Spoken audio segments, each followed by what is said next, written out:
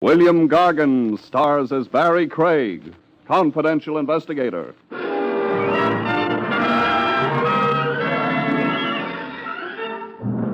Did you ever wonder, folks, how a certain species of blonde can breathe in spite of a heart of stone?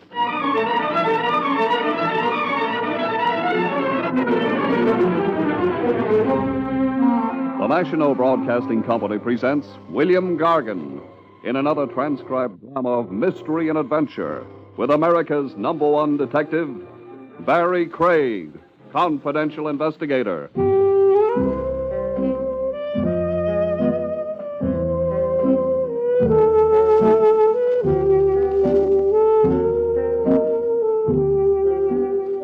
Barrie Craig speaking. A confidential investigator occupies a kind of strategic position in law enforcement. He can mix with an element a regular department cop is obliged to scorn, if not arrest on sight. Like a cop, the confidential operator is on the side of the angels, but he can work for the devil, like I did, not too voluntarily once upon a crime.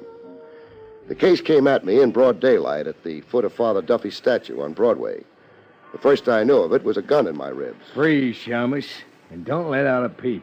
A tough right out of a B-movie, with a reek to him like he ate garlic for candy. Is it a gun or a monkey wrench, Sonny? Bleed and find out.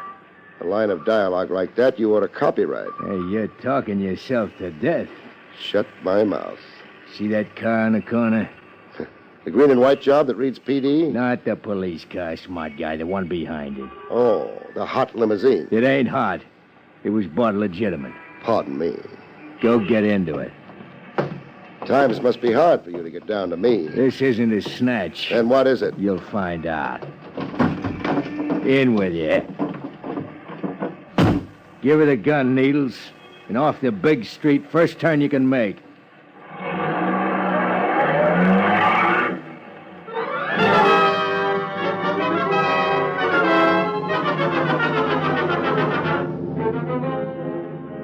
Heading downtown, I tried for a peek into my future. Who was it? Who was who? Hired you to work over me. You're sure in a sweat, Shamus. It's my memories coming back. A lot of guys resent the free room and board I arranged for them up the river. You're guessing wrong. Oh, I'm relieved. Or am I? I'm gonna blindfold you now. A cigarette test? Now, why ain't you a comedian? Right now, I wish I'd picked the occupation. Hold steady. Can't see, can you? Can't even breathe. Why include my nose in a blindfold? Breathe through your mouth, like me. I haven't the adenoids for it. Yeah, another crack, I'll rock you to sleep. Now shut up and enjoy the ride.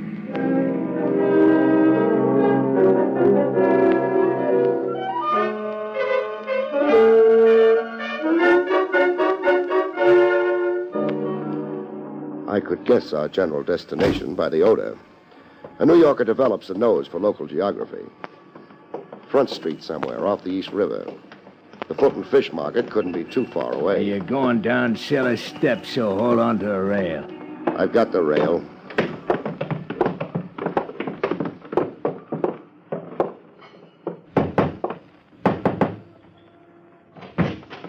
In with your Shamus. Hey, was that push necessary? Here's your pigeon, boss. Good work. Take the blindfold off. I second the motion. Hello, Craig. Wait till the fog lifts. Not Sam Stacy. Surprised? I'm shocked at the lousy reporting this town gets. The headlines have you in Acapulco and China. The papers have been crucifying me. Mad dog killer Stacy. Where do they come off with that stuff?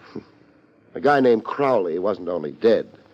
A bullet in his brain, plus his head caved in, plus his features smeared and his clothes gone to make identification impossible, plus being drowned in Long Island Sound.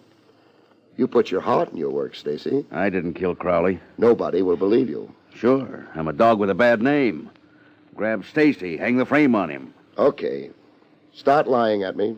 Lying? Isn't that why I'm down here with the smell of fish and rats? Why, you... Maxine, lay off. Maxie insults easy. Stop baiting him, Craig. He's a hothead. I must remember to cool him off someday. I'm waiting to hear the lie.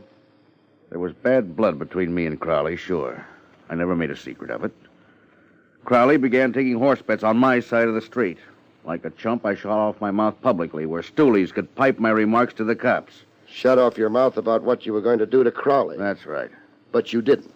I didn't get a chance to. You tried to, however. Yeah. I'll give you the truth with nothing held back.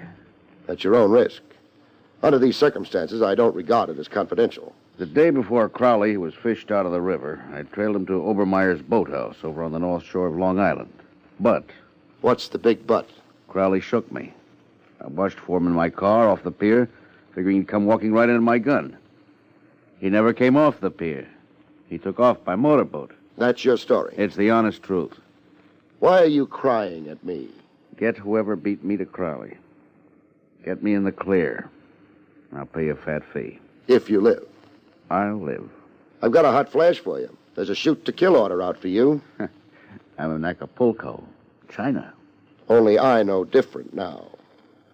You mean you'll finger me? I mean. It's a chance I'll have to take.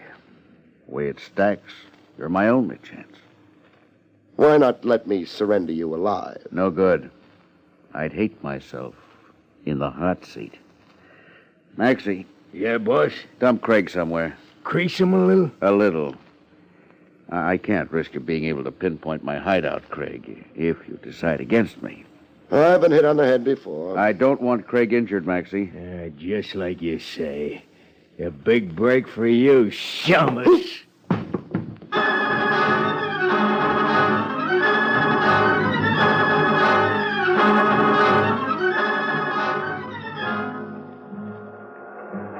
I came to with the 3rd Avenue L roaring through my head. I was on a stoop front, tilted at an angle, my hat down over my eyes, and an empty pint bottle at my feet, like a bum sleeping off a bottle of paint remover. Sensitive Maxie had a sense of humor after all. I found a note pinned inside my coat. Craig, I've got a wife and kids. Please, Stacy. Pinned to the note was a $1,000 bill, a retainer. A wife and kids. If it was a lie, it was a good one. It was about the only way Stacy could hook me as a helper.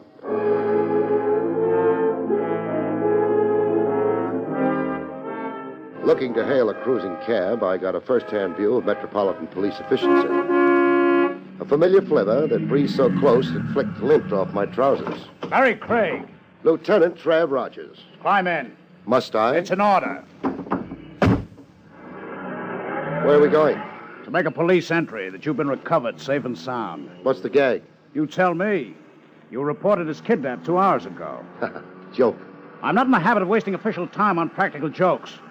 A Broadway news vendor with a stand across from Father Dovey's statue phoned in a report that a gunman picked you off the sidewalk and took you for a ride. Nice to know our great big city is on its toes. I anticipated the worst. I have my men checking hospitals, ditches, cellars, and the morgue. Tell them they can go back to playing pinochle. Craig, what was it about? About? The snatch. Oh. Trav, I wish I could tell you, only... Only? I got hit on the head. Here, feel the lump. So? So I don't know anything. I got a touch of amnesia from the blow. Craig? Let me out at the corner, huh? Like a sweetheart. I got an important engagement with a boathouse.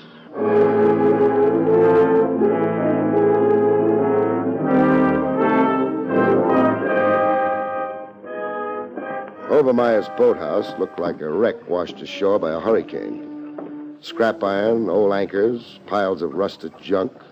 Like Obermeyer never threw anything away. Boats for rent, hour, day, or week, the sign read. Hello? Here, Oh, you rent motorboats? you can read. Sassy at your age, and you won't make out with St. Peter. What do you want? Civility. Ain't got any. Rent boats. Who's kidding who? Brace yourself for a shock, Obermeyer. I don't have to. You're a detective. It shows. Big feet, bad jokes, and a swelled head. Now, what you after? A murderer. You won't find him here. The victim was a man named Crowley, a man you rented a boat to. I ain't never murdered a customer. Do you have some reason for being a little slippery, Grandpa? See through it, do you? Like through glass. I've got a reason. $200. Meaning? The deposit is, Crowley? Crowley left for the motorboat. He never came back for it. He never brought the boat back. Found it scuttled on a sandbar. Repairs on it came to more than $200. Relax. I'm not parting you for your money. So $200 is why you never made a police report. Police report, you say? That slippery note's back. You knowingly held back information bearing on a murder case. I'm a poor man. And a grade A chiseler. Where was Crowley taking himself to? How could I know? Because you're the inquisitive type. Murder Island? Murder Island? Name it got from the tenants on it. Where is Murder Island? About 4 miles north by east out there in the Sound. Who tenants it? Vince Keeley. If you're a detective, you'll know him. Yeah, I do. Gambling czar, only nobody's ever proved it. On trial for murder last year, only the jury didn't convict. Keeley had an alibi. Yeah, surprise alibi. The last-minute kind that knocks down a case. I want a motorboat at a chartered course to Murder Island. A storm coming up. Well, not for hours, the way the sky looks. Storms are deceiving. I'll take the chance. I'll want a deposit. I'll bring the boat back. If Keeley lets you come back, I'll want a deposit.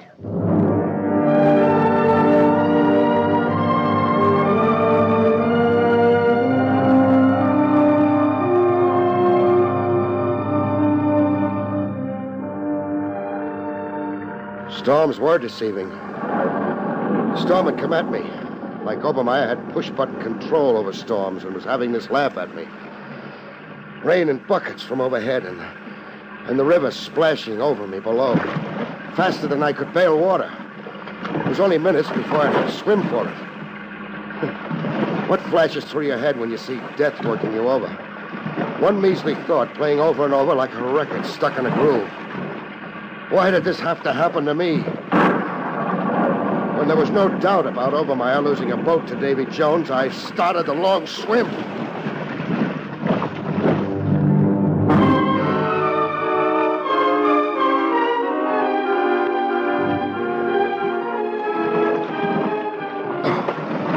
Coming up for the third time. Water running out of your nose and ears.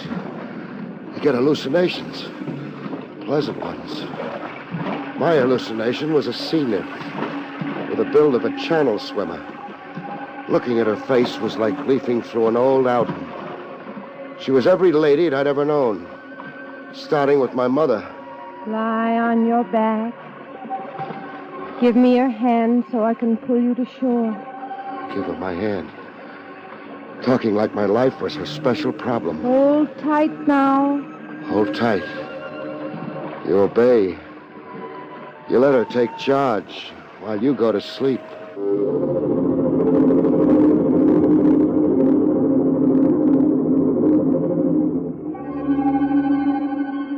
I knew I was still alive by the sandflies making a playground of my chest. I was on a beach littered with fish skeletons. Hello.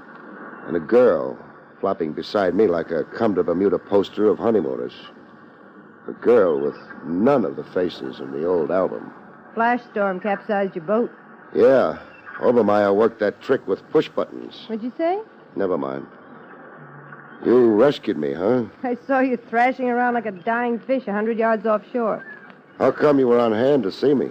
Have you noticed my swimsuit? I've got eye strain. Are you always swimming in a flash storm? Are you?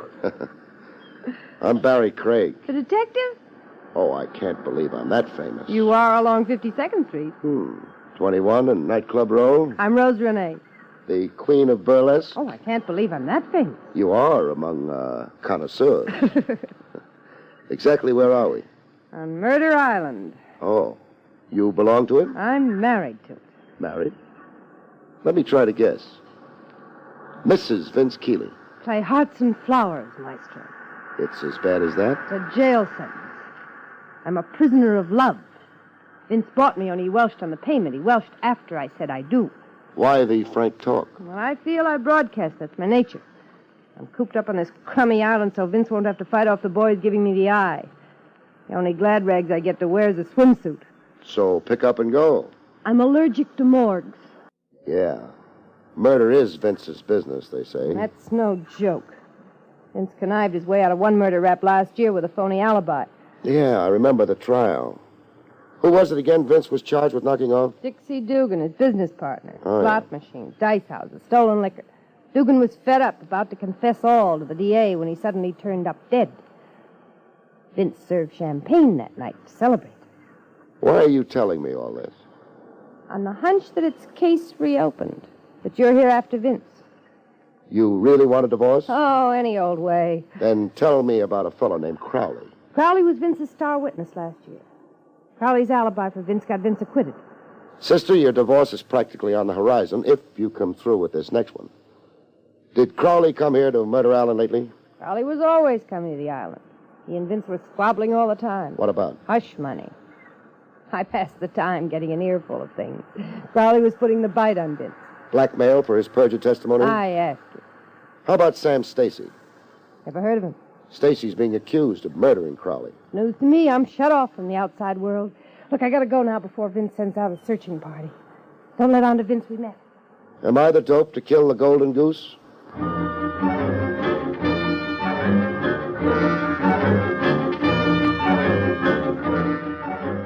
A snake in Vince's bosom.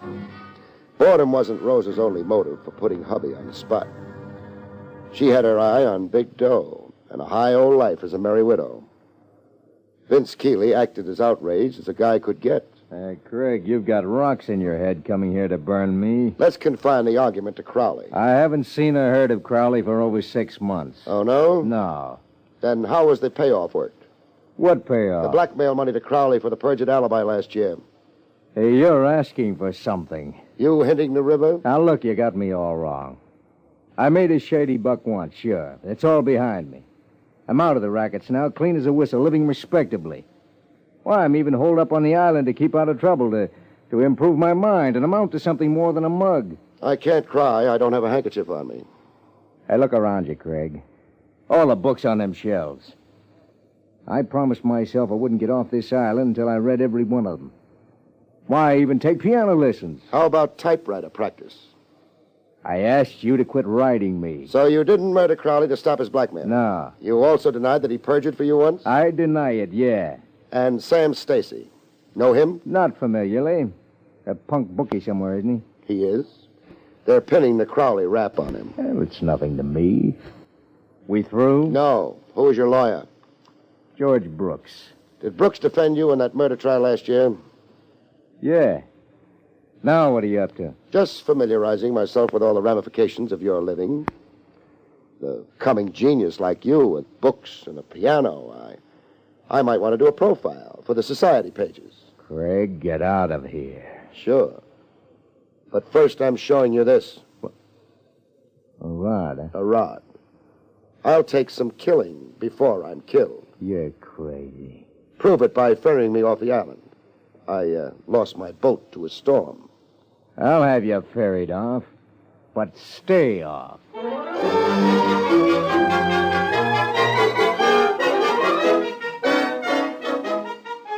Back in town, George Brooks, the mouthpiece, was twice as outraged as Vince Keeley'd managed to be. Craig, you've no right to persecute Vince Keeley. I haven't, huh? The man's turned over a new leaf. He's reformed. He's cut off every association he had with his former life. Let's boil it down to murder. Accusing Vince of murdering this Crowley is fantastic. How about accusing Vince of winning acquittal in a murder trial through the late Crowley's perjured testimony? That's a cheap, contemptible lie. I defended that case. I know. Why do you represent a man as notorious as Vince Keeley? Because I believe every man has some good in him. Because I'm not a blue nose or a moralist. Because I have every evidence Vince Keeley wants to live a decent, useful life if given a chance. You're positive Keeley hasn't done murder, past or present? If I believed otherwise, I wouldn't raise a finger to help him. Whoever murdered Crowley, it wasn't Keeley. And now, if you don't mind, I've a busy schedule. Okay if I use your phone for a minute? If you must.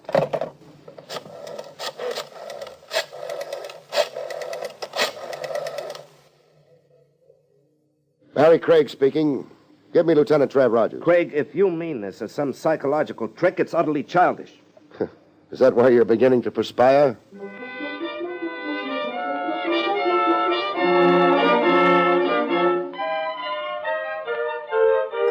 Over coffee and sinkers, I got the benefit of Trav Rogers' power of analysis. Putting one and one together from what you've told me, one notion keeps standing up in my head, Craig. Said notion being? That you might end up where you began, with your client? Stacy murdered Crowley like the police bulletins insist, huh? Yes. Stacy hired you as a smokescreen. He heard Crowley had business with the Czar of Murder Island, and... And hoped I'd create a competing suspect in Vince Keeley. And take the heat off Stacy. The notion makes sense, but... You don't buy it. Not until I have another look at Murder Island. Looking for what? The Queen of Clubs. Rose Renee. And at the terrain, the rocks, shrubbery.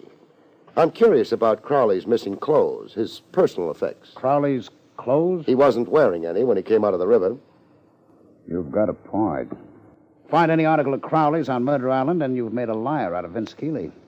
Crowley hadn't been around in over 6 months, Vince swears. Let's go. Oh, just a minute. You including yourself in? It's suicide to buck Keeley and his crowd alone. I'm the suicidal type. Morbid depths to my personality, my horoscope says. Craig, don't be stubborn or vain. The case is too big, too important for a confidential operative to lone wolf it. I've done okay so far, without company. Then I'll have to throw the book at you. You're representing a fugitive from justice, a man we've issued orders to shoot on sight. The regulations governing your license... Cut. Nice speech, but I'm only half convinced. Now, give me the other half. I don't want to see you dead. Your repulsive kisser is an eyesore I've gotten used to. Like poison ivy in July. Lieutenant, you are cordially invited on an excursion to Murder Island.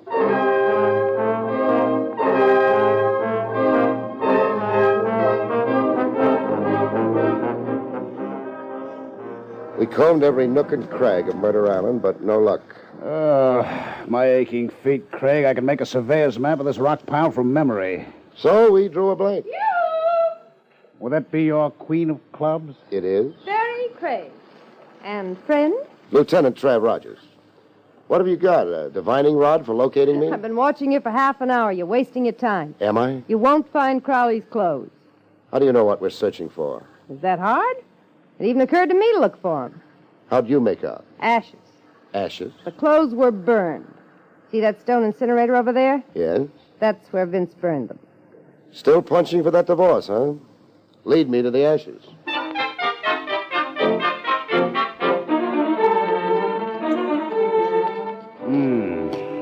These are the ashes of fabric. You're sure? I did time in police lab. Fabric burns in its own special way. The ash has a consistency... Hey, I've got something that practically converts the ash back to a suit of clothes. What is it, Craig? What does this look like to you? Cufflink. What's left of it? Any initials? C. C for Crowley. That settles Vince's hash. Oh, freedom, it's wonderful. Postpone that freedom, Jag, sister. Hubby's still a long way from the disaster you wish on him. A last mile away.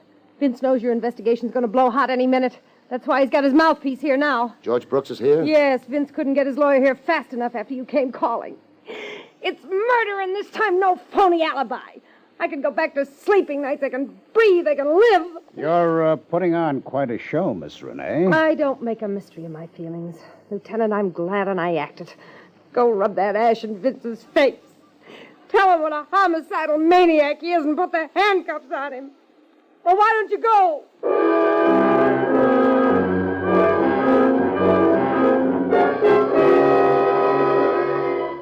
Quite a repertory, Rose Renee. Hysterics. They were long overdue. Vince Keeley roped her into marriage and never let go of the noose. The way you work up sympathy. I'm not all cop, Trav. Who makes the arrest? It's your case. Door's locked. A pistol shot, Craig. From inside the house. Vince! Vince, let me in! Vince! Can you identify whose voice? Brooks, the mouthpiece. Asking Vince to open the door? Sounds like Vince shot himself. Locked himself in a room and shot himself. Make with that bell again, Trav, and don't take your thumb off it. Who? Craig. And Lieutenant Rogers. What was that shot? Vince, in the library. He locked himself in and shot himself. Rough. I begged him not to, not suicide. What alternative did you suggest, Brooks? Alternative? Lieutenant means suicide or the chair for murder. It was 6 of one and a half a dozen of another for Vince. Yes, I suppose you're right. You sound like you've changed your mind about Vince's reformed character. Vince changed it for me. He confessed many things to me. I've been a blind fool. What did Vince confess about Crowley? Vince confessed to murdering Crowley.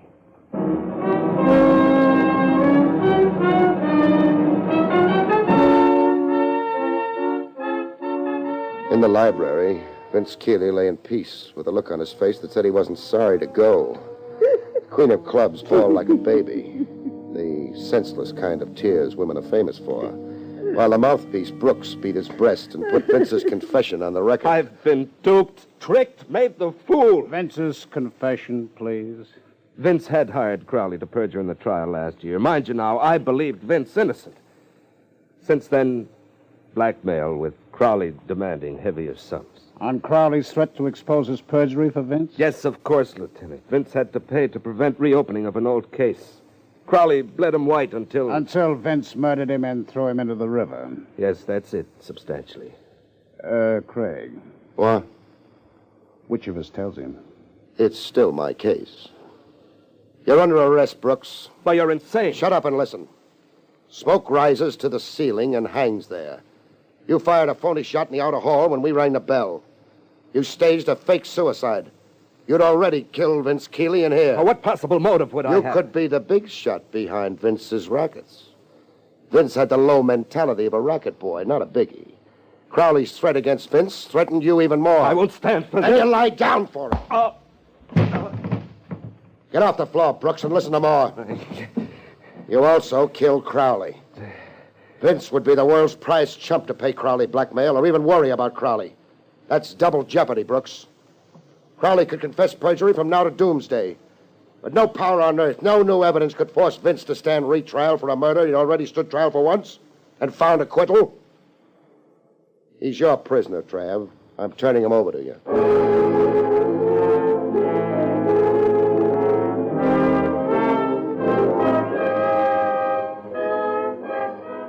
A week later, Stacy looked me up to thank me.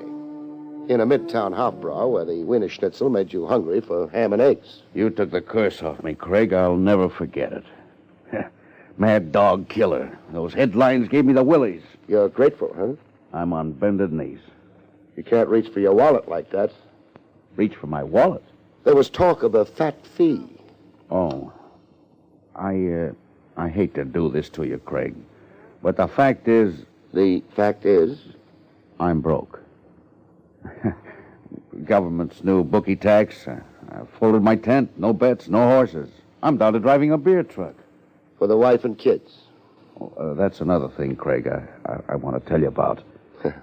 No kids? No wife, even. I'm not married. Good night, folks. See you next week.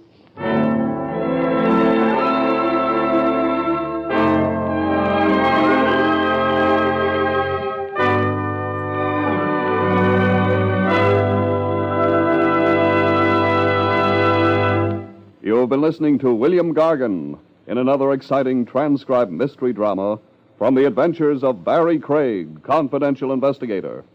Tonight's story, Murder Island, was written by John Robert.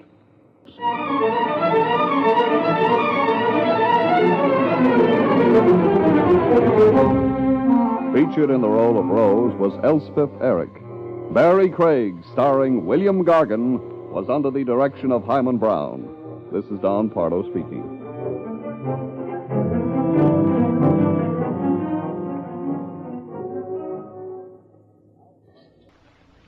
Three chimes mean good times on NBC.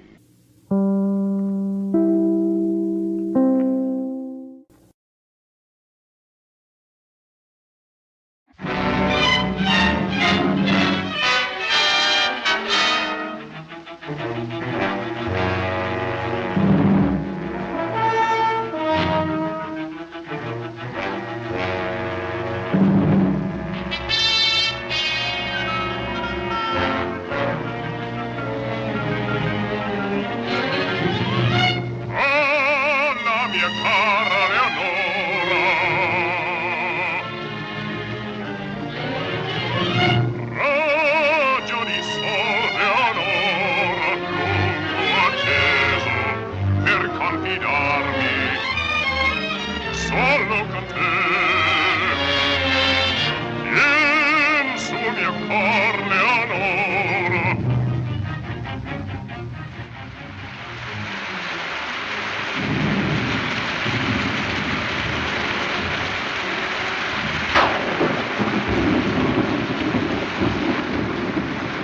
What's the matter, Joe? Nervous?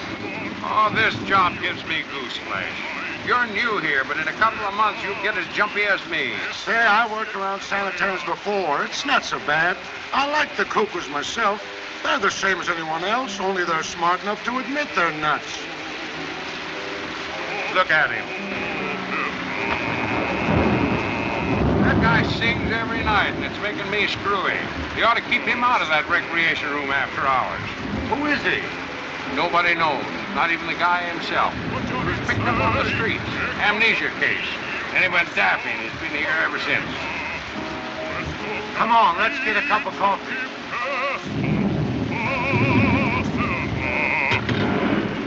Forse ti illude che quello stupido capitan rubato t'ha il cuor.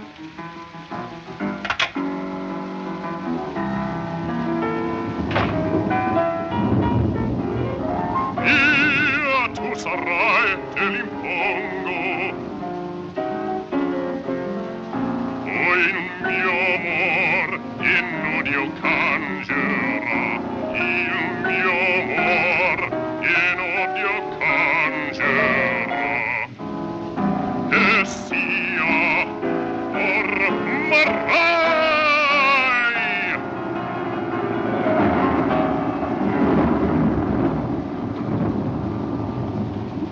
How many times have I told you not to interrupt my singing? Every night for 7 years. So there is only one answer. Either you quit singing, or I'll quit bringing the paper.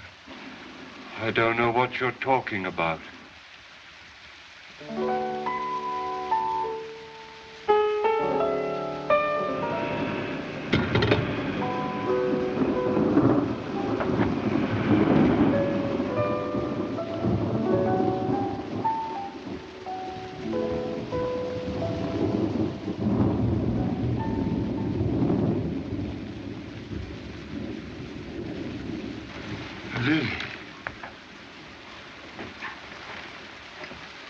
Lily. Did you say something? I remember now. You don't mean you remember who you are, do you? I've got to get out of here right away. Sure. Only just take it easy. Let me take you to your room. Then I'll get the superintendent.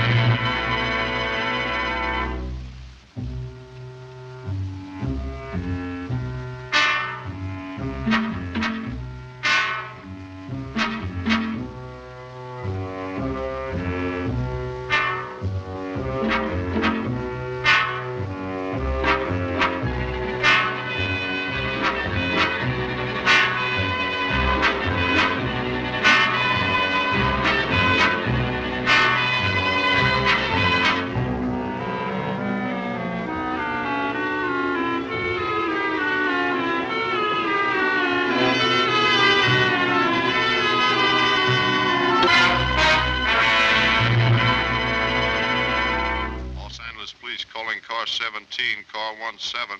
Man answering description of escaped maniac just seen at 16th and Hill. Step on it, boys. That is all. Roberts. Another one of those phony leads.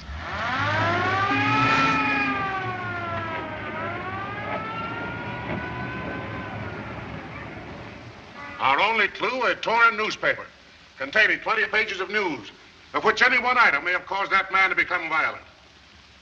Well, this is not a science. Who has an idea? Why do you keep harping on that newspaper? Maybe he just tore it up as sort of an emotional outlet. Any other clever thoughts? How do we know he's even in the city? We have no leads. Besides, we haven't any pictures to go by. The asylum never takes any. We've run down every angle, Inspector, and most of them are phony. Every railroad, terminal dock, bus line, and main artery is being watched. Now, what else can we do? Sure, and I even checked all the airports personally. That's fine, Kelly. Now you better cover all the merry-go-rounds and scenic railways next. Why would this man get money for airplane rides? He's been a charity case for years. Now, I want every one of you to get this. As long as that madman's loose, it means that he may strike at any time, any place. I want you men to cover every foot of ground around the asylum. Check every house, gas station, every road out of there. Someplace there's a clue. Find it. Now get to work. Kelly, you stay here. It might do you a little good to meet a real detective.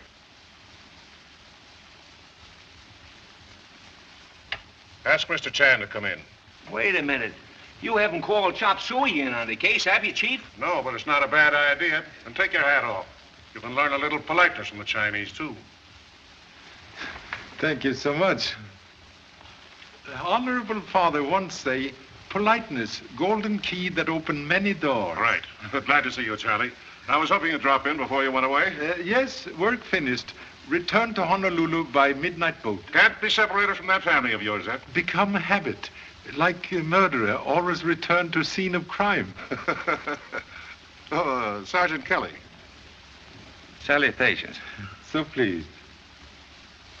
Sit down, Charlie. Thank you. I wanted to congratulate you on the racetrack case. That gang of racketeers nearly ruined American horse racing. A humble servant, very fortunate in stumbling on solution. Oh, lucky, eh? Yes. Confucius say, luck, happy combination of foolish accidents. Well, tell me, Charlie, how did you ever happen to hit on the clue? It was so small, so obscure.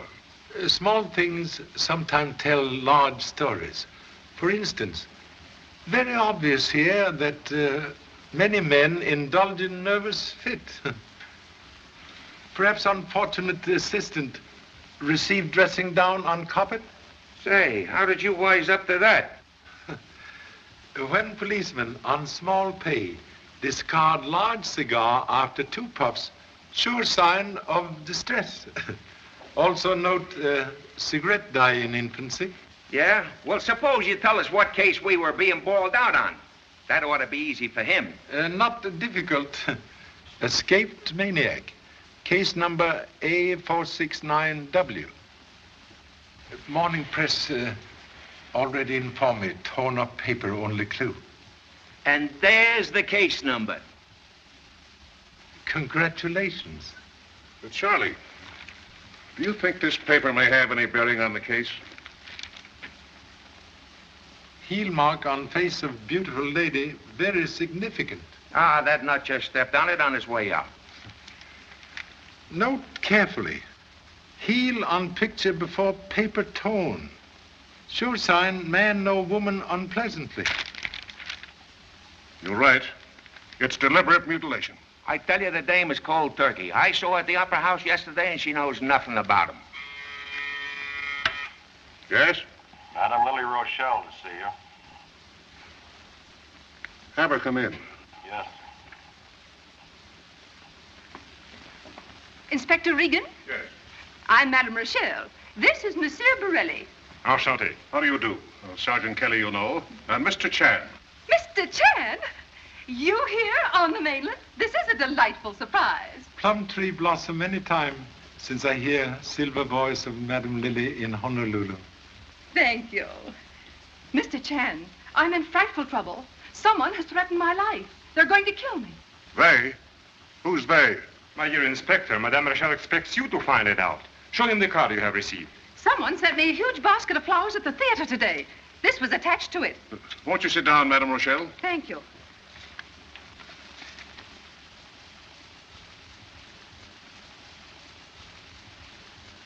Perhaps you're right, Charlie. Our madman does know Madame Rochelle. I told this officer that I do not know your escaped maniac. Madame meets many people, but she usually avoids the mad ones. Do you suspect anyone? No, none in particular. Naturally, a person in my position makes many enemies. There are people who are jealous of me. Others even imagine they're in love with me. And, of course, resent the fact that I do not return their regard. It's the price of popularity. Madame is a great favorite. But there's no one you can actually point to? No. But I am afraid, Mr. Regan. I demand protection for Madame, not only for herself, but for the sake of her public. The voice they love must not be stilled. You will give her a guard. Just what is your connection with this case, Mr. Borelli? Enrico is the baritone of my company and one of my dearest friends. All right. The Opera House will be searched and men stationed at every entrance and exit during the entire performance tonight. Thank you. And of course, Mr. Chan will be there. Madame's voice, like monastery bell, when ringing, must attend. You're so kind. And now I must hurry. I have costumes to be fitted. Come, Enrico. See you later, Mr. Chan. So happy. I don't like that guy, Borelli. I think he uses perfume.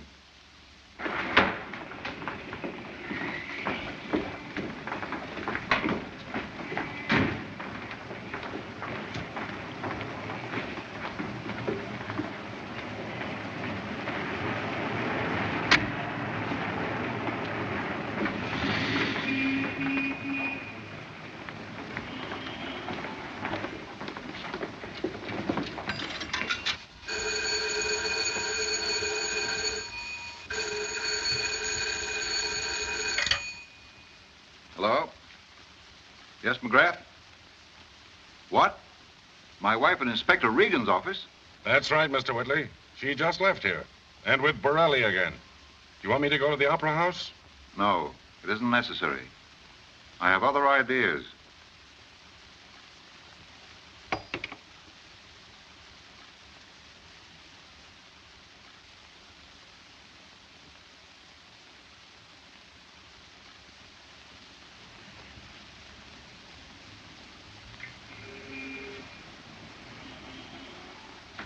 One dozen American Beauty roses to Belvedere Apartments. Miss Lotus Kwong Toy. That will be $3. Miss Lotus, evidently gilded lily. Pop, you got here just in time. How about a little advance on my allowance? I'm almost broke. Puppy love, very expensive pastime. Oh, gee, Pop, we're leaving tonight, and this is just, well, sort of a farewell present. She's a lovely girl. She's a... Graceful as bamboo shoot, beautiful as blossom of water lily. Yeah, that's her. What did you meet her? Never. But long time ago, used same description for honorable mother. Roses in romance, like tenor in opera, sing most persuasive love song. You like the opera, eh? Such a beautiful music. Rigoletto, Il Trovatore, Pagliacci, Cavalleria. Pardon, please. Opera season good for flower business. Sure, today stands right there. Signor Barelli, the great baritone. He ordered 3 dozen the American Beauties for the signora. Signora? You mean Madame Lily Rochelle? No, he's got wife himself. And no one send flowers for Madame Lily? Today, no. But tomorrow, maybe bushels for her magnificent voice. Oh, when she sings, thank you so much. Please, you send cards with flowers? No, just cancel the whole thing. Hey, Pop! Oh, gee, Pop, why can't I go to the opera with you? Impossible. You're very busy tonight. Finish packing baggage. I did it all an hour ago. They're all ready to be locked. Must get steamship tickets. Here they are. Well, must pay hotel bill. Here's the receipt. Now will you let me go? First return $3 for flowers not sent to Miss Kwong Toy. I guess I forgot that. Please, do not need soup and fish. Have other plans for you.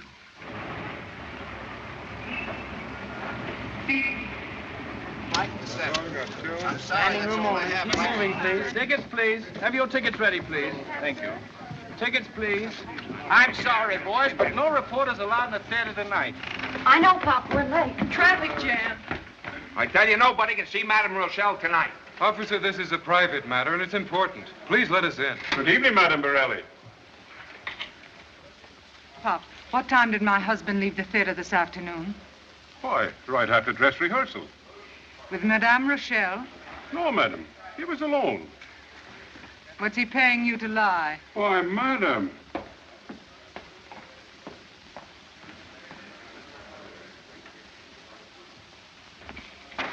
Who was that firecracker? Anita Borelli's second soprano.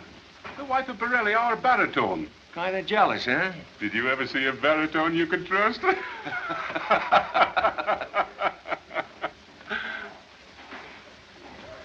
What's the idea? Can't you take no for an answer? But I know she'll see me. I'm her.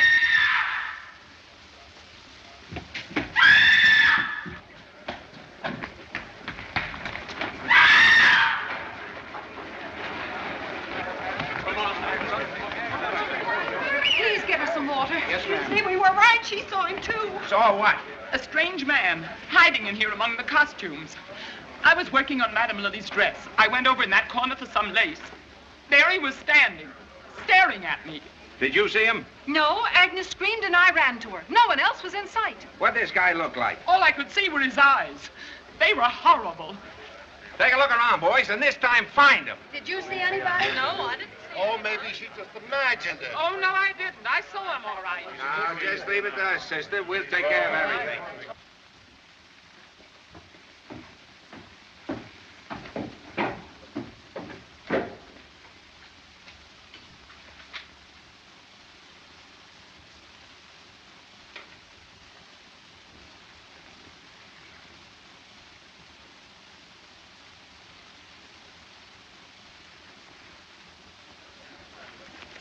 Come on, get out now. Get out, all of you. The curtain's going up in a few minutes. Now, don't worry, lady. He won't come in here again. Don't leave me alone, officer. Shut up! You've got the whole company upset. You cops would make anybody hysterical. Say, who are you? My name's Arnold. I'm stage manager here, and this opera is going on tonight even if Frankenstein walks in.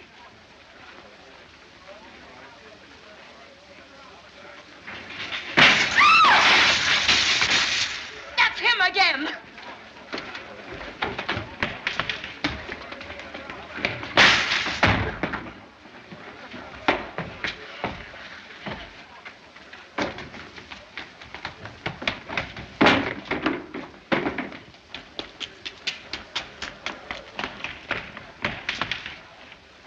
Say, which one of you... What's the trouble, Sarge? It's one of these guys, and I can pick him out. He's a Chinese. Yeah?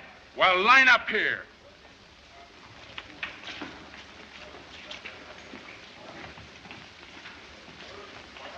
Now take off those tin hats.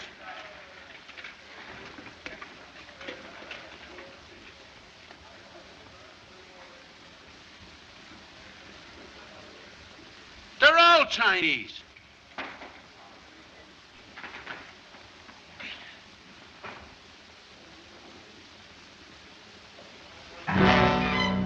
Boys, put those helmets on. There's the overture. Come on, get into your places.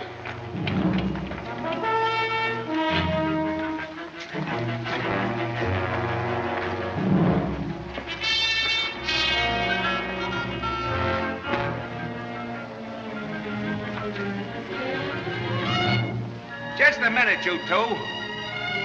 I thought I told you to stay out of here. You did. Oh, you're one of those boys that know all the answers, huh? Come on. Take your hands off her. Listen, young fella, she's lucky I haven't got the bracelets on her. But we haven't done anything. We only wanted to see Madame Rochelle. It means everything to us. Well, it means nothing to me, lady. I've got my orders. Come on.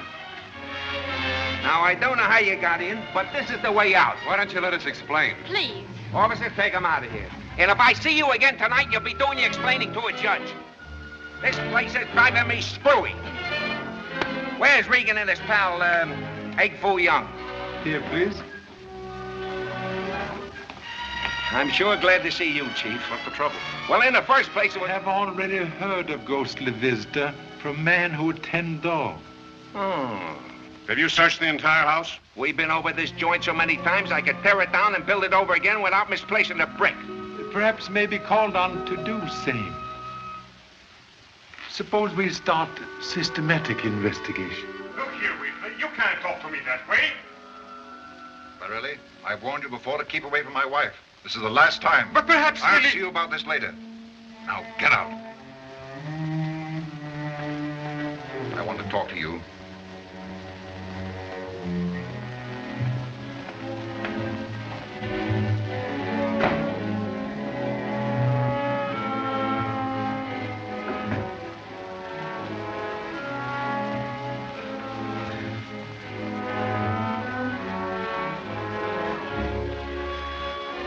Gravel. Yes. I thought you were dead. Dead? That's what everybody thinks. What are you doing here? Why shouldn't I be here? I've work to do.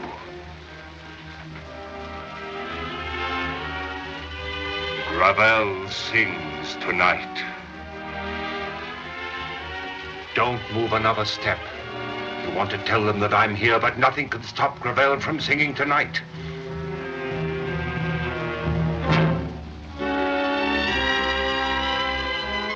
Carnival. My greatest role. The voice of Mephisto coming from the flames.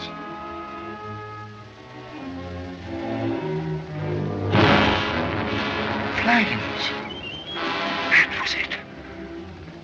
Flames all around me. The theater on fire. And someone locked Gravel in his dressing room.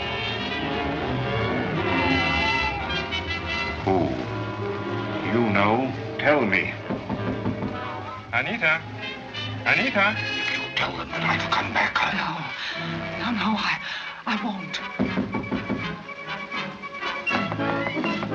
Anita? Come in. Hello, dear. This is Mr. Chan, the detective. Madame Barrie. So pleased. And sorry to disturb. What can I do for you, Mr. Chan? In humble role of investigator, seek information concerning flowers sent you this afternoon by honorable husband. Flowers? You must have felt very guilty about something, Enrico. Don't tell me you have forgotten our wedding anniversary. I had. And I didn't receive the flowers. A bouquet, like summer tourist on wrong train, evidently suffer switch in destination. I can imagine what their destination was. You'll have to excuse me, Mr. Chan. I have a very difficult makeup. We'll question you later.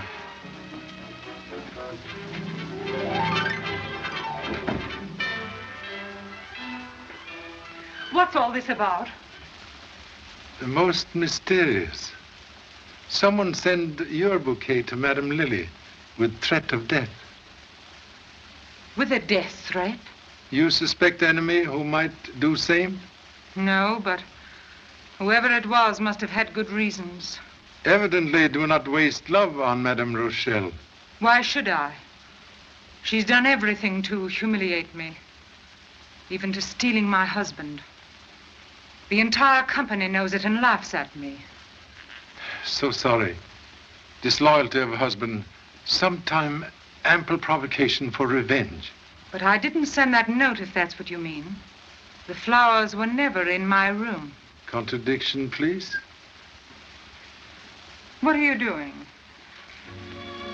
Cremated ghost of card from flower shop. I know nothing about that. You'll have to go now, Mr. Chan. Thank you so much.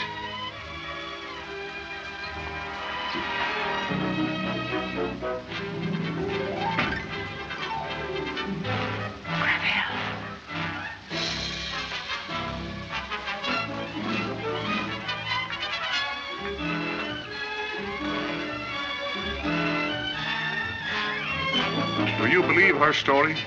Not sure. Until burnt card prove otherwise. I'm afraid it's too charred to tell us much. Sometime jewel found in ashes. Here, you! Let my supers alone! Now listen, Inspector. I've never been a violent man, but if you don't stop this lunkhead couple of yours from chasing my soldiers around, I won't be responsible. All right, line up, quick. There's your cue. Go on, enter.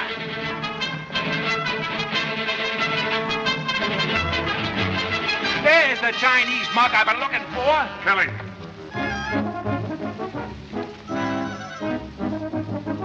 What's that, a laundry ticket? Much laundry, but all dirty. Dear Pop. Pop, say, is that your kid? Chipped off ancient block. Somebody hiding in Opera House. Madam Lily and husband in big fight. Also have fingerprints you ask for. Say, if that's your son, who are all the other Chinese? Honorable fraternity brothers of worthy son. Incognito.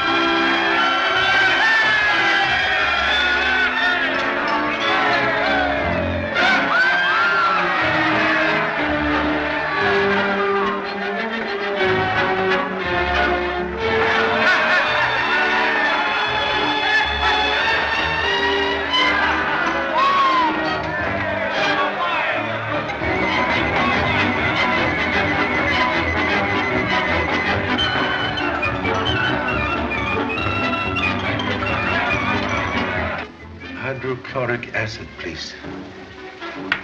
And here's the ferrocyanide, potassium. Marriage of two acids. Reproduce lost writing on burnt card, if lucky. Have fingerprints you mentioned in a note? Sure. This is Mr. Whitley's. I'll bet he's wondering where he lost it. I almost got caught lifting this out of Mr. Arnold's vest. This is Madame Borelli's. What's the matter, Pop? Lose something? Not yet. But light fingers of number one son most alarming.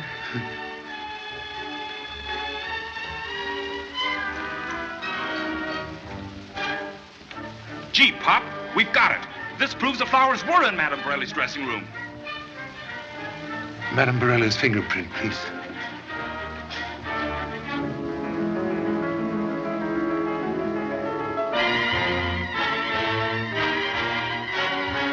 Fingerprint on card, not hers. You wouldn't dare do such a thing. Sorry, Lily. I've given you your last chance to make a fool of me. You can't prove anything with your cheap insinuations and lying detectives. If you name Enrico in a divorce action, he'll deny everything, and so shall I. Borelli will deny nothing when I get through with him tonight.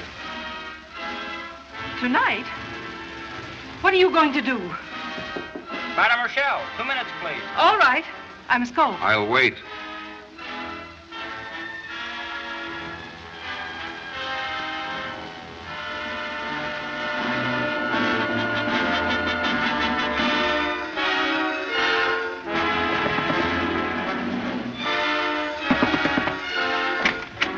Lily, what's wrong? You should be on the stage. I must talk to you. Quickly?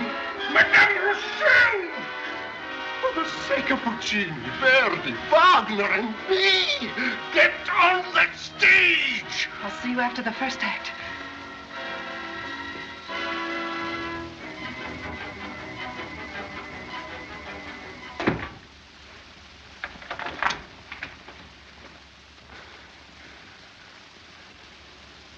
You? Yes, Borelli. I've come back to take your place tonight. Get out of here. Get out of here, I say. It's the dead you're afraid of. Don't worry. I'm alive, even though I was locked in a burning theater. I didn't do it. I swear I didn't. It was all a mistake. Lily! Yes, Lily! 2 minutes, Mr. Borelli.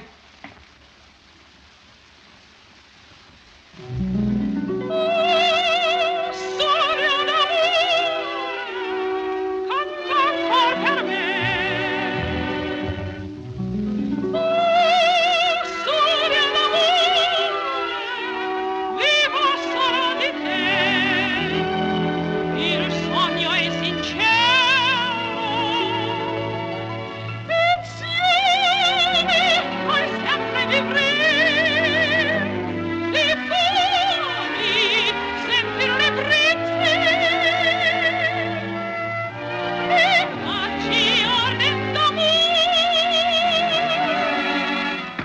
Mr. Borelli, your cue.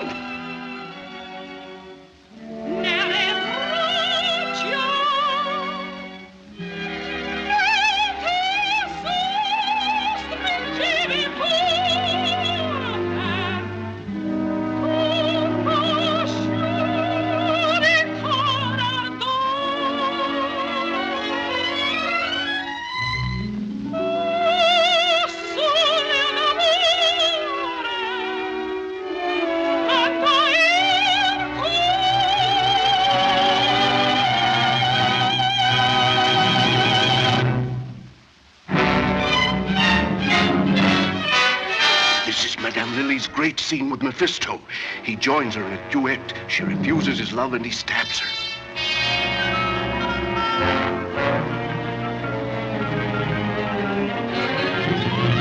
Ah, la mia cara Leonora. Raggio di sol, Leonora, lungo atteso per confidarmi solo con te. Vien su mio cor, Leonora.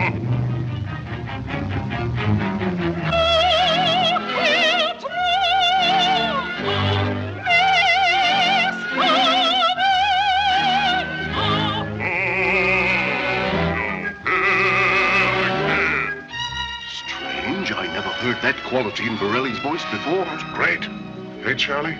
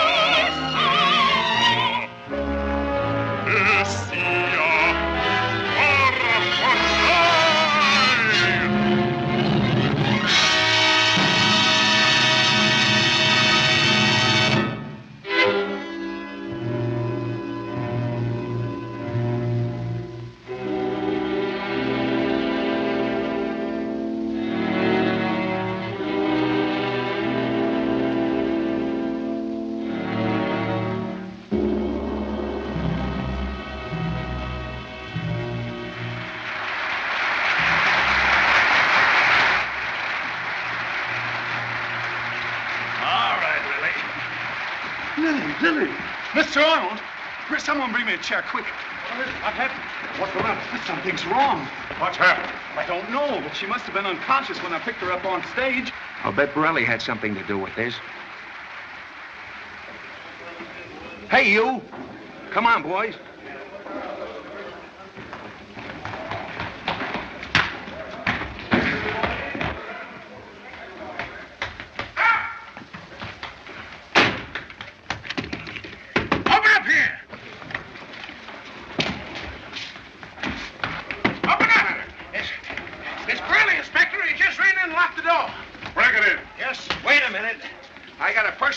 Against that canary.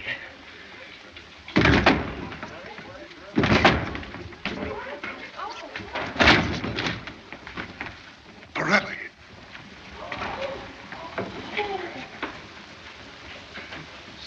Stabbed through heart. But I just saw him come in here. Yeah, he must have bumped himself off. Contradiction, please. Observe. Implement of death missing. Dead hands cannot hide knife. You're right. Someone must have been waiting in here to kill him. Whoever it was certainly worked fast. He had to commit the murder and escape while we were breaking in the door. One moment. Examine wound, please. It's beginning to dry. Coagulated blood denote murder committed some time ago. Oh, yeah? Then I suppose it was his ghost that socked me. Perhaps substitute devil sock honorable colleague on chin. Ah, you're just guessing, brother. This window hasn't been open so long, the bolt's rusty. And that door was locked on the inside. If he didn't sock me and then run in here, where is the guy who did? Perhaps murderer knows other way of departing from room. Inspector Regan, there's a trap door up here. I'll handle this. Go up there with him and take a look around.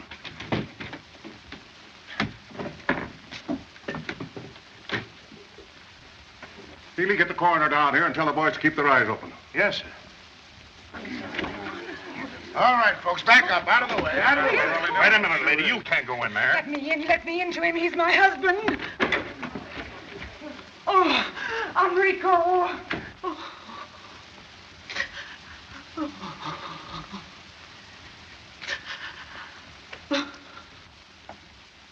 Find anything, Kelly?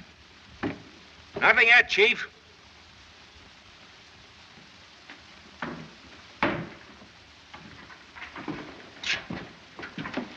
There ain't nobody up here. Well, I'm going to find out if there is. No Chinese cop's going to show me up. Take a look down that other end.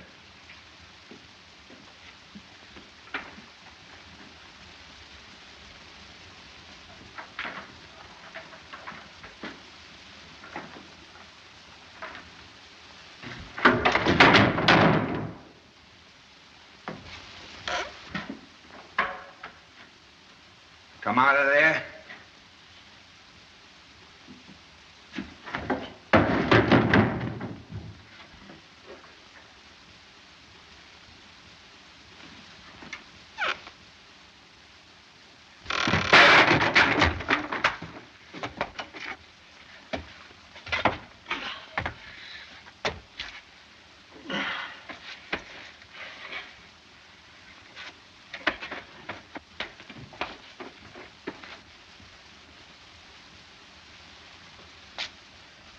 Stay where you are. Who's he? I don't know who he is, but I'm going to find out what he's doing in here. Get Regan. What's wrong? Lily.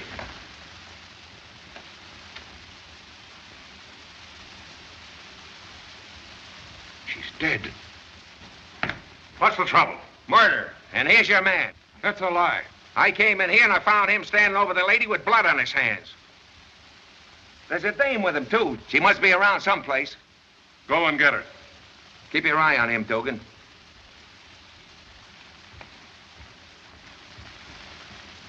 Stabbed. Just like Borelli. Yes, but Borelli died first. Blood here still fresh. He must have come in here while I was out phoning for a doctor.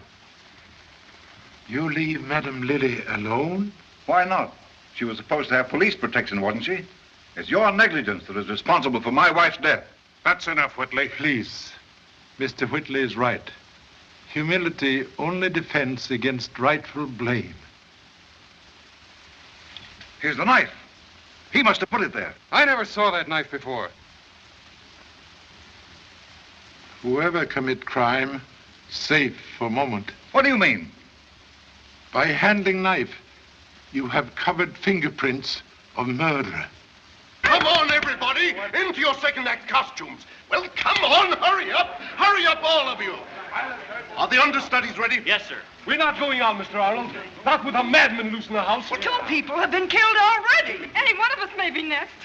Don't you realize this is opening night and there's a packed house? You might as well go on with the show because none of you hams are leaving the theater until this thing is cleared up.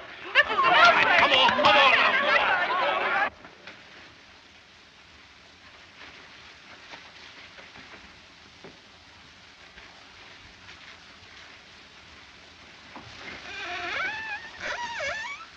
I knew Madame Borelli very well. I was with her this afternoon. What time, please? Oh, about 4 or 5 o'clock.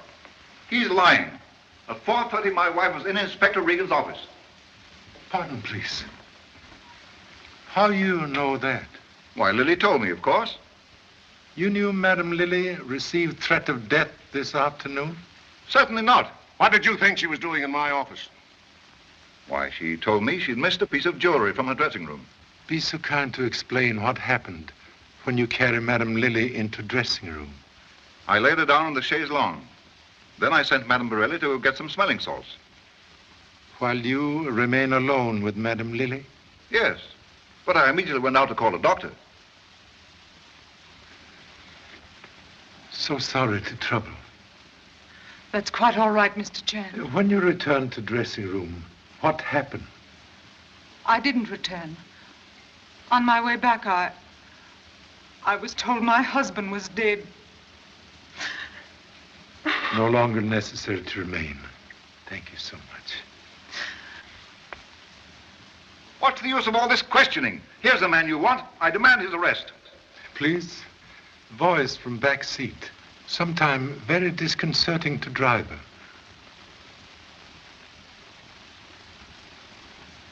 Kindly explain blood on hands once more. Oh, when I came into the room, Madame Lily was halfway off the couch. I started to lift her up, and then I realized that she... Do you expect us to believe that? One moment. Explain purpose of visit, please. I'll explain that. I'm Lily Rochelle's daughter.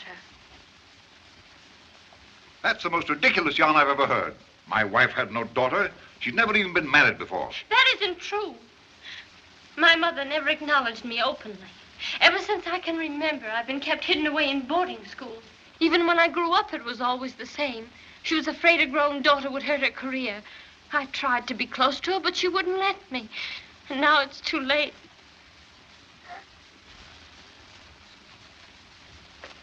Still have not explained urgency of visit here tonight, Mr. Chalmers. We wanted Madame Lily's permission to get married because Kitty is underage. You asked consent before? Several times, but she always refused because she knew that our marriage would expose her secret. She even threatened to send Kitty away where I could never see her again. That was cause of quarrel? Well, she had no right to spoil Kitty's life. And so tonight we came here to ask her permission for the last time. And when she refused, you killed her. I did not. Please, spare feelings of bereaved young lady. I'm going to hold you both for further investigation. One more question. Can tell present whereabouts of male parent? My father died in a theater fire when I was about 4 years old. He was an opera singer. Thank you so much. Excuse, please.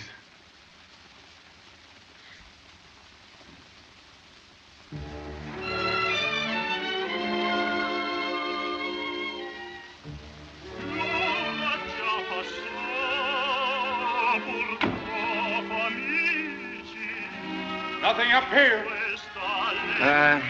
Nothing anywhere.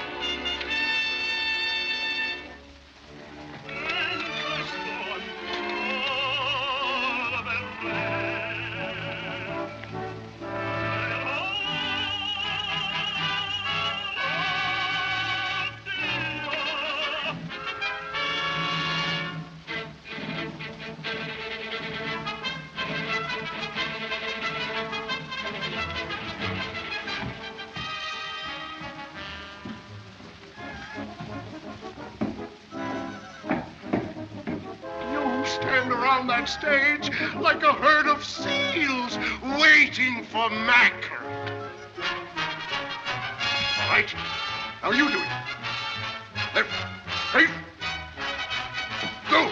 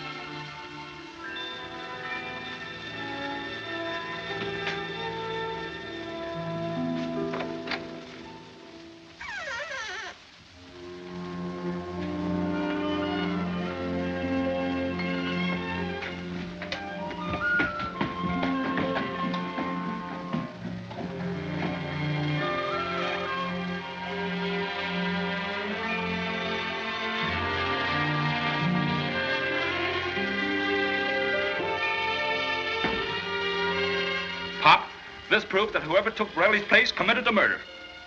Quite possible.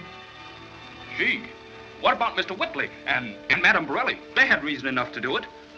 Also possible. And that's fellow Childers. Please, men who ride on merry-go-round often enough finally catch brass ring. What's your idea, Pop? I have here a very interesting newspaper item relating death of Madame Lily's first husband, Gravel, in Opera House fire in Chicago. Gee, Pop, if there was only a picture of him. Get Los Angeles Bulletin on phone. Information, please.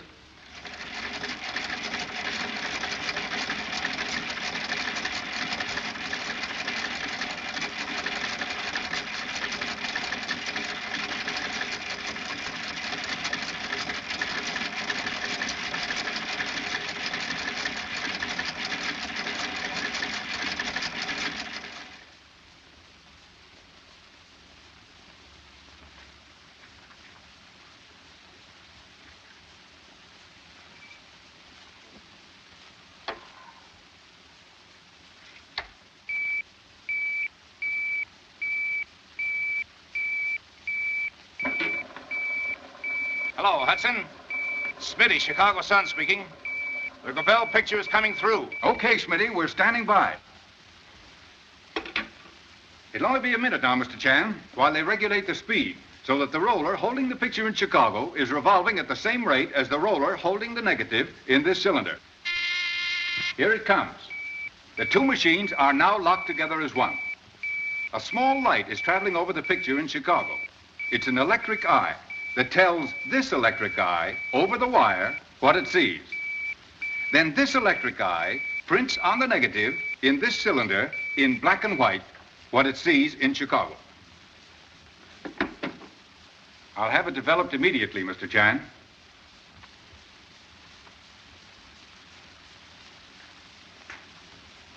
Many things now clear. Thank you so much. That's him. You sure? I'll never forget those eyes. Who is he?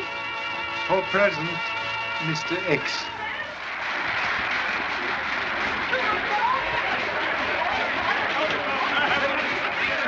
The opera's over. Must insist, no mention of picture to anyone. Not me.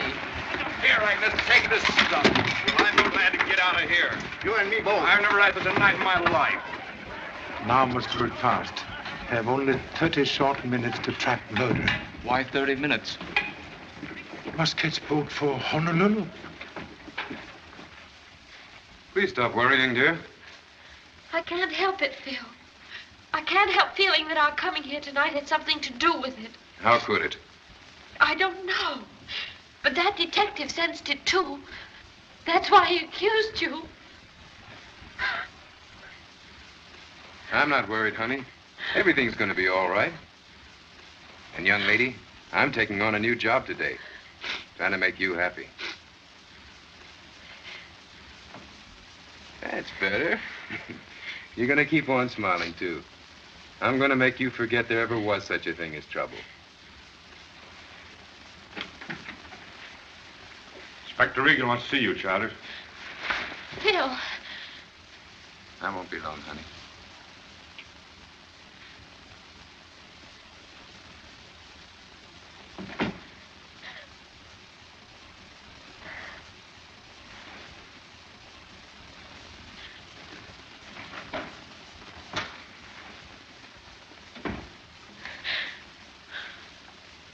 What do you want? I'm not going to hurt you. You are Kitty Gravel. I knew you a long time ago. Please don't come any closer. You're afraid of me, aren't you? Don't be. I want you to know me.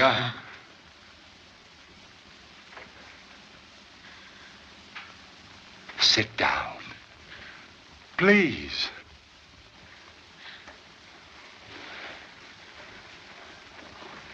Now listen.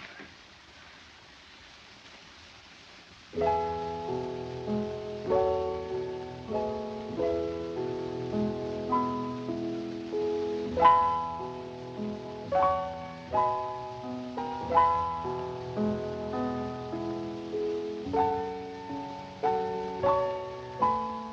you remember this?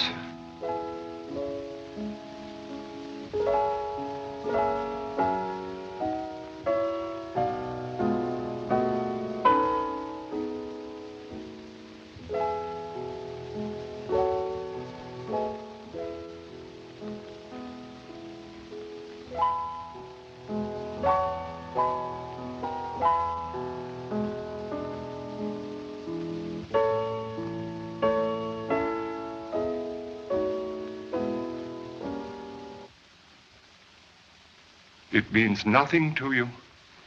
Wait. Try to remember. There was a house and a garden, and a little girl who'd run to the window to listen when I played to her. And when I'd sing, she'd fling her arms around my neck and put her head on my shoulder.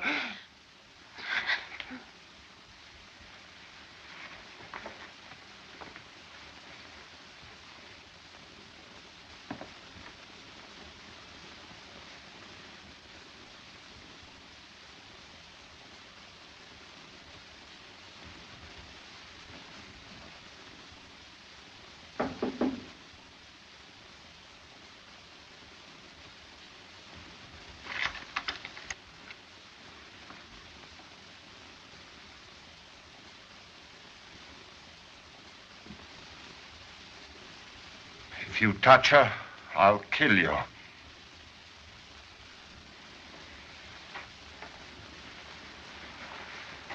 Pardon intrusion, please. Had no intention of harming beautiful young lady. Why did you come here? Merely wished to make telephone call. Excuse, please.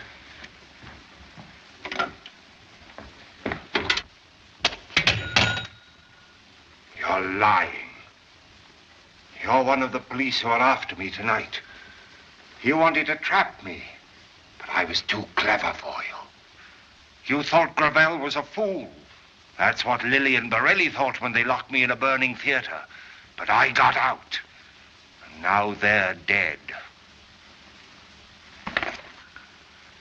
You'll never put me behind those walls again. Remember presence of honorable daughter.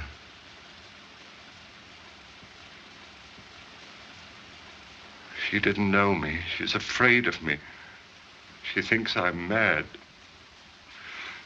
Everybody thinks I'm mad. A very old Chinese wise man once say, madness, twin brother of genius, because each live in world created by own ego. One, sometime mistaken for other. Your world, music. Yes.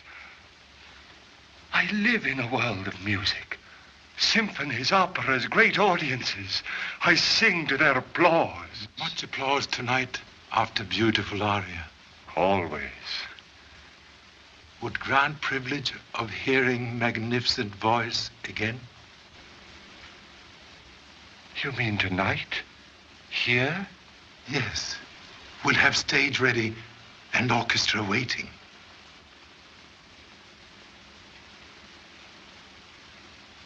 Yes. I'll sing. You don't expect everyone to stick around here while you turn a nut loose on that stage, do you? What do we tell all these people? Very simple. Say Mr. Arnold trying out new baritone. But Charlie, you can't do that. The man is mad. He's a homicidal maniac. Therefore must use utmost precaution. Whole plan will make murderer reveal self. Reveal self? Who do you think's been doing all the killing around here? And now you want him to sing again. Old Chinese proverbs say, Sing Zhong Kong Ju. Luan Suan Wu Tu. Oh, yeah? Excuse, please. Why, yes. I can sing Lily's role, but under the circumstances, So sorry, but hoped for assistance to apprehend murderer of husband. I'll do anything you ask, Mr. Chan. But I won't be able to wear Lily's costume. Own costume sufficient. Thank you so much. What's the idea of making us get into costume again? Agnes, give me Madame Borelli's costume right away. Are we ever going home? Is this going to keep up all night? Here. Where's the bell? If it isn't there, I don't know where it is. Here, take this. It'll do. Oh, hurry up. Let's get it over with. This was place you occupy when Madame Lily on stage? Yes. Please to remain here while Madame Borelli sing. Very well. Thank you.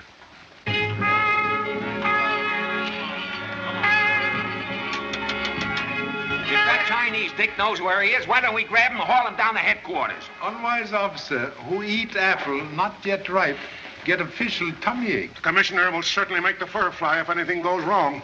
And bouquets fly if everything go right. Well, I'm all ready, Mr. Chan. Shall we go on? Please. Keep the stage lights full on. We're taking no chances. Yes, sir.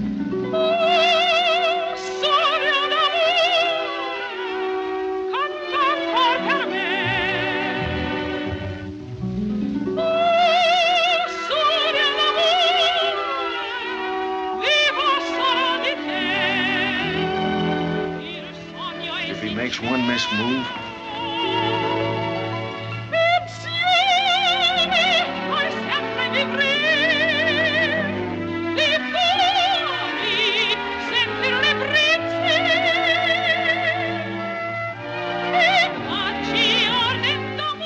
dim those lights, you fool.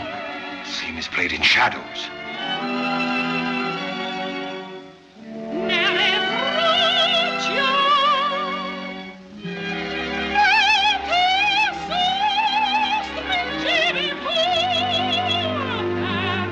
Darker.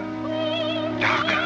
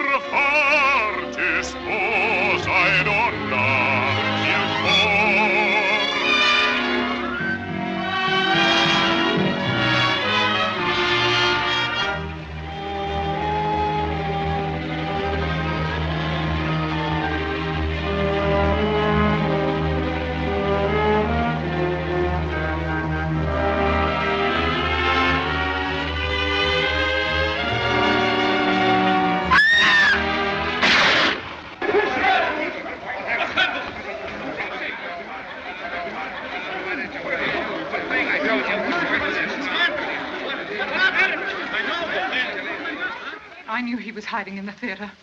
He came to my dressing room before the opera. But I didn't dare warn you, because he said he'd kill me if I told. Then when I was singing Lily's aria, and he reached for the knife, I couldn't stand it. Egg Foo Young, the guy that pulls rabbits out of the hat. Sending a woman out there to let a nut stick a knife in her. Well, Chief, that about closes the case. Contradiction, please.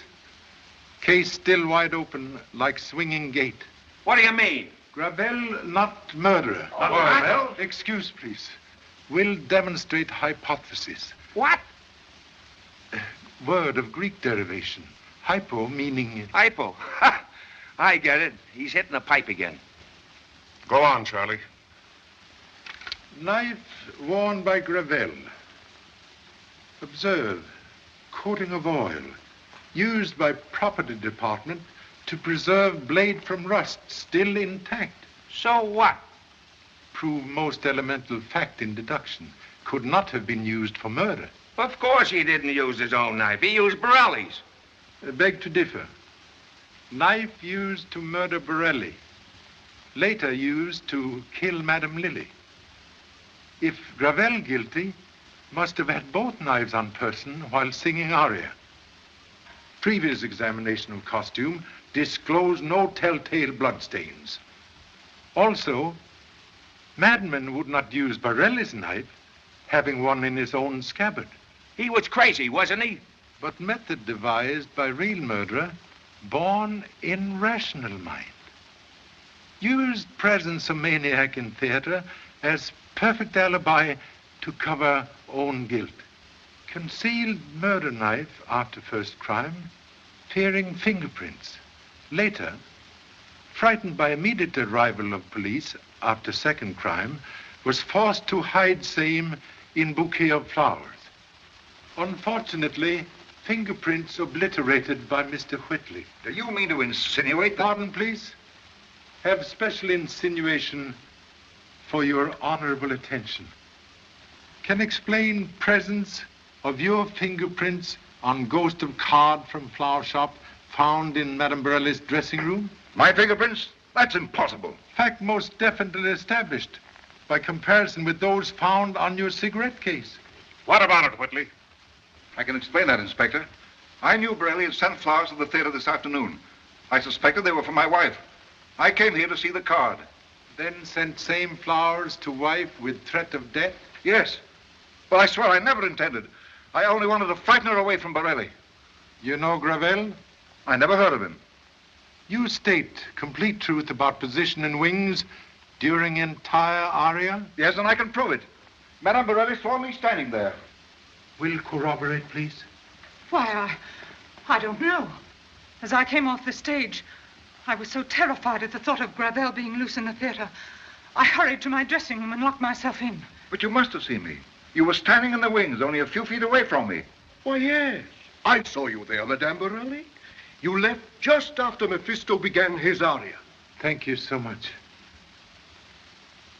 Fact that Madame Borelli in wings during aria. Final link in chain of evidence. You are murderous. You were only one who knew Gravel planned to sing Mephisto role tonight. Later, standing in wings, recognized voice not that of husband. Instinctive curiosity forced you to husband's dressing room to investigate. You discover him unconscious, so avail self of perfect opportunity to avenge intrigue which caused you so much humiliation. Is this some ridiculous attempt to save your face, Mr. Chan? Humble countenance, merely facing facts. That same belt you wore with costume earlier tonight? Why, no. The wardrobe department sent me this because the clasp on the other was broken. Strange. Have original belt here with clasp in most perfect condition. Where did you get that? Found hidden in cushion of chaise longue in your dressing room. Observe, stain of blood on inside lining. Prove definitely you concealed knife on person after murder of husband.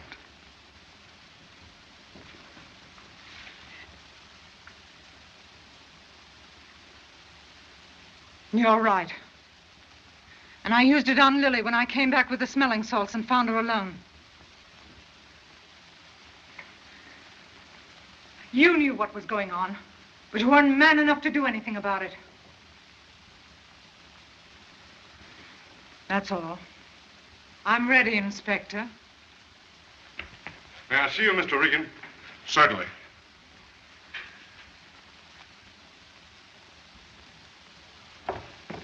That fella got a lucky break, Inspector. The bullet never touched the brain. In fact, it may relieve the condition that's been causing amnesia. You think Ravel have happy chance of recovering? An even chance, if we can keep him quiet till we get him to the hospital. He's very restless. Keeps repeating the name, Kitty. Excuse me. Request most charitable act. Innocent man, unfortunately wounded by impetuous marksman, called for daughter not seen for many years. Would please take place a missing loved one for small moment? Perhaps save life. Please?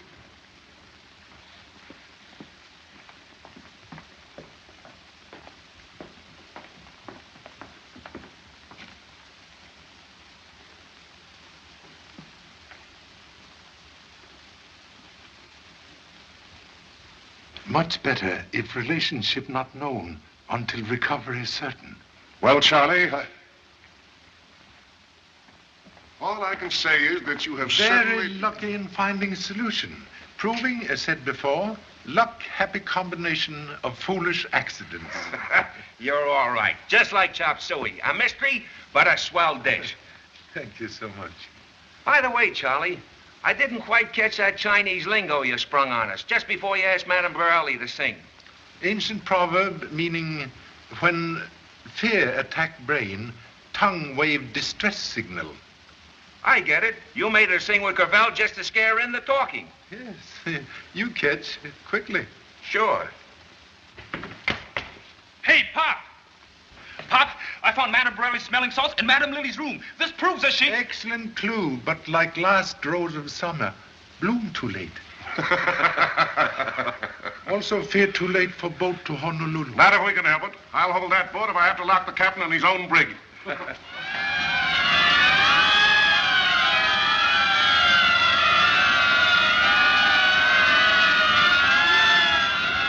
I knew we were on the right track, Pop. The first time I saw Madame Borelli, I was sure she was guilty because... Case now closed.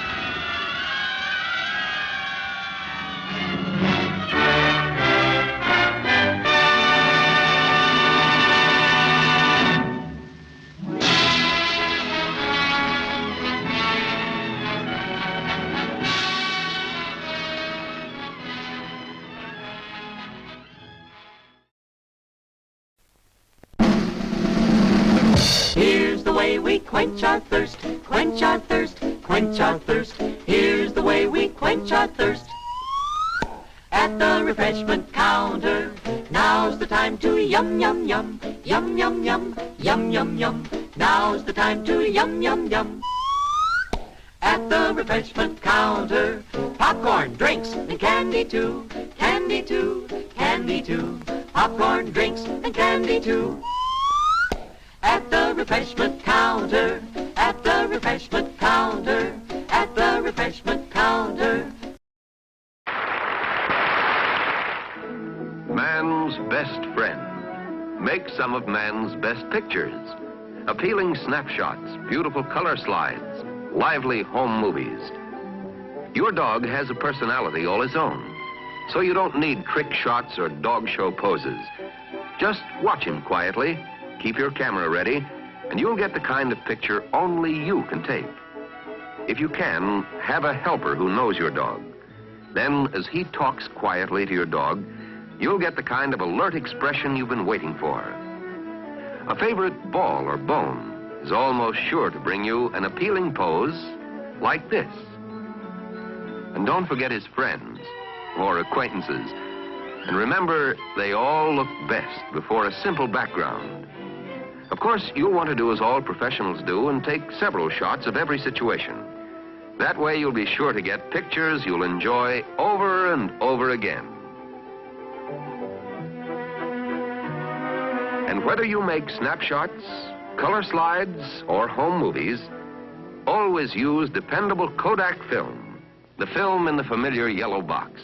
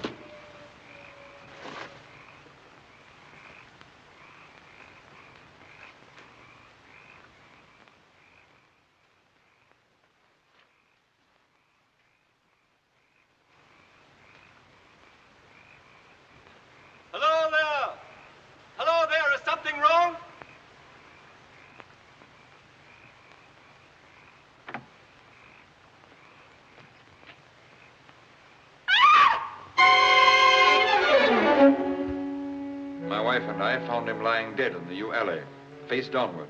What did you do then? I hurried across the moor to fetch the doctor, Dr. Mortimer. He was at dinner with Miss Stapleton and her brother. Very well, Barrowman. That's all. Yes, sir. Dr. Mortimer, to what do you attribute the death of Sir Charles? Heart failure, sir. I might add that for some time Sir Charles was in a highly nervous state. Worried. Something was preying on his mind. And did he confide to you what was preying on his mind? Well,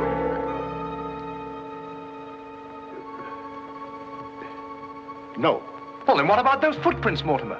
As though Sir Charles had been tiptoeing back towards the house. I examined them myself, and as a man of science, So did I, Mr. Stapleton.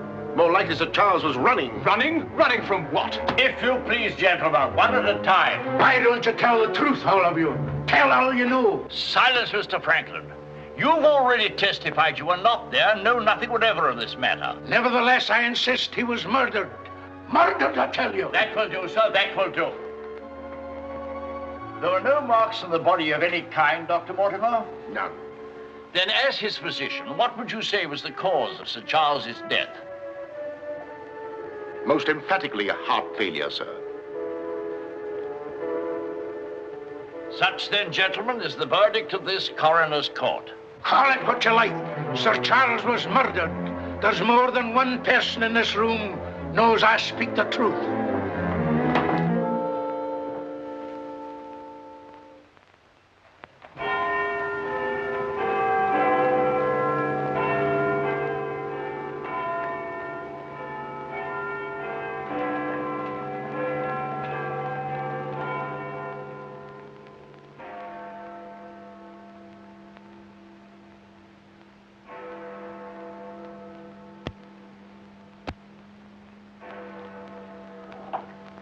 Blessed if I know why on earth you want all these clippings about this Baskerville fellow. I've an idea, Watson, that young Sir Henry isn't destined for a very long existence in this world.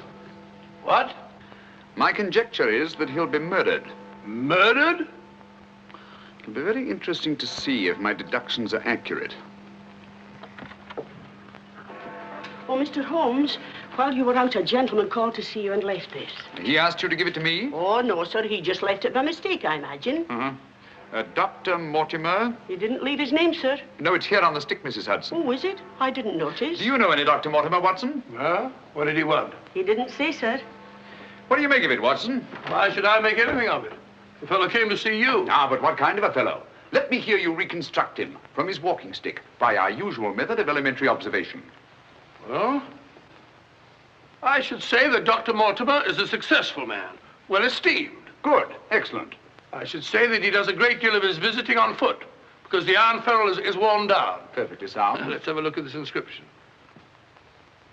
From his friends of the CCH. CCH. I should say that's the something or other hunt. Really, Watson, you've excelled yourself. Does anything escape me? Almost everything, my dear fellow. Huh? A present to a doctor, I'd say, is more likely to come from a hospital than a hunt. And when the letters CC are placed before the hospital, the name Charing Cross Hospital rather obviously presents itself. Oh, you may be right. Furthermore, I'd say that Dr. Mortimer had a small practice in the country and was the owner of a dog. How can you tell that? Quite simple. From the teeth marks. Look, you can see for yourself. A rather large dog, I'd say. And unless I'm mistaken, Dr. Mortimer will call on us again in a few moments. Rubbish, Holmes. Rubbish. How the devil can you deduce that? Well, as he left his stick, isn't it reasonable to presume that he'll come back and get it? Dr. Mortimer, sir. Mr. Holmes? Yes. Come in, Dr. Mortimer. I took the liberty of calling upon you. And left your stick. Oh, so I did.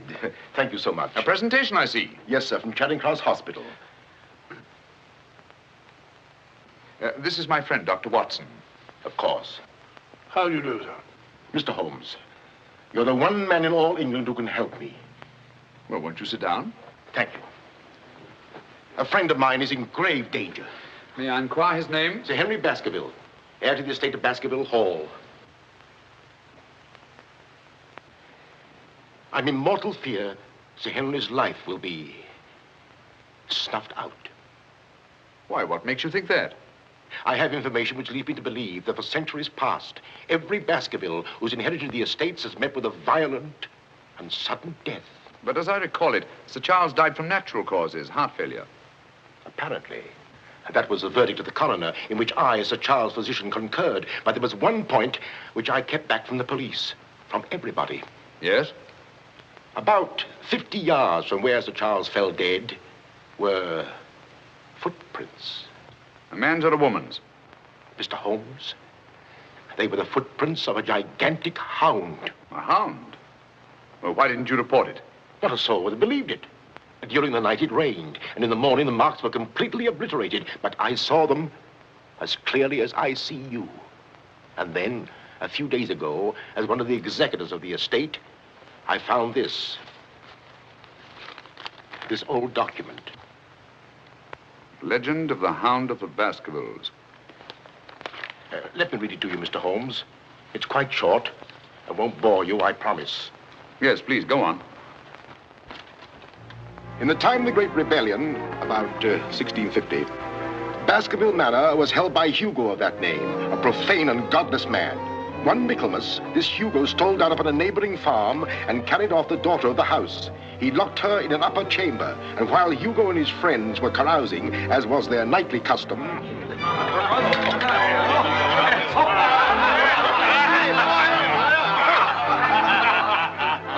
Such a cuddlesome little wench never existed before, I swear. Cheeks soft as velvet, a form so wondrously rounded. Tell us more. What happened then? Where was I? Her form, you were saying. Oh, yes. No need to cry out, I told her. Hugo will not hurt you. With that, I whisked her up on my saddle, covered her with my cloak, and we were off like the wind. You brought her here? To the manor. Where is she? Go fetch her, Hugo. Easier said than done, eh, Hugo? How can he fetch her if she isn't here? Oh, she isn't, eh? Come on, I'll show you. I'll take a look.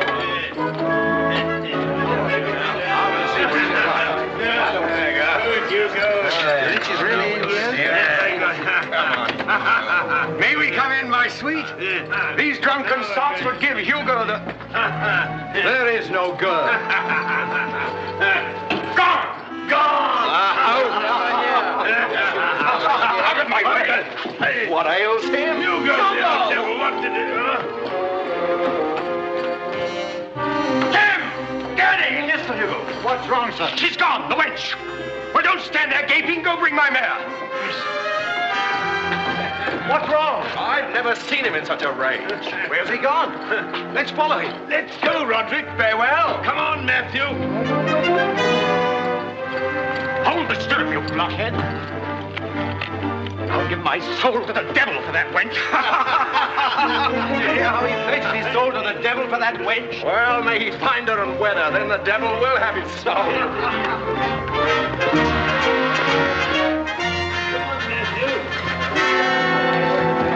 On and on they rode, until suddenly they came upon the body of the girl.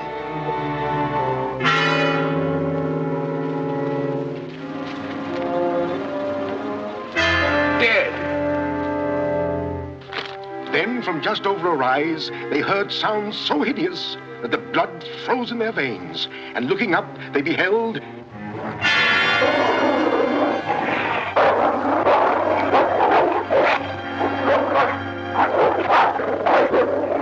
Before we could get at him, Sir Hugo was dead.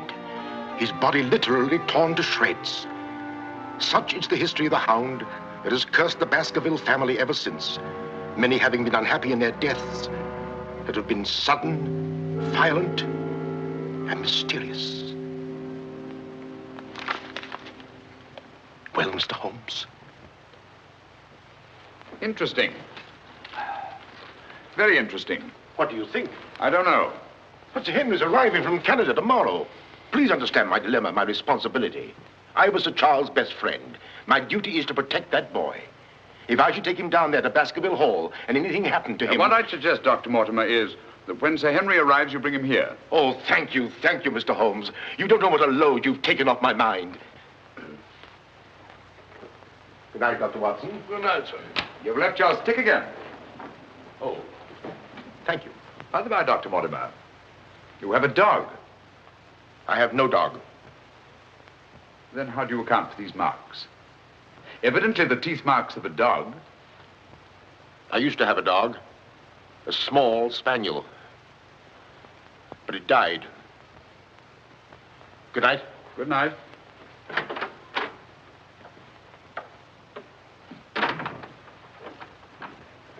Well, Holmes, what do you make of it? Do you think there's anything in it? Good heavens, you're not going to start scratching on that infernal thing, are you? Dear old Watson.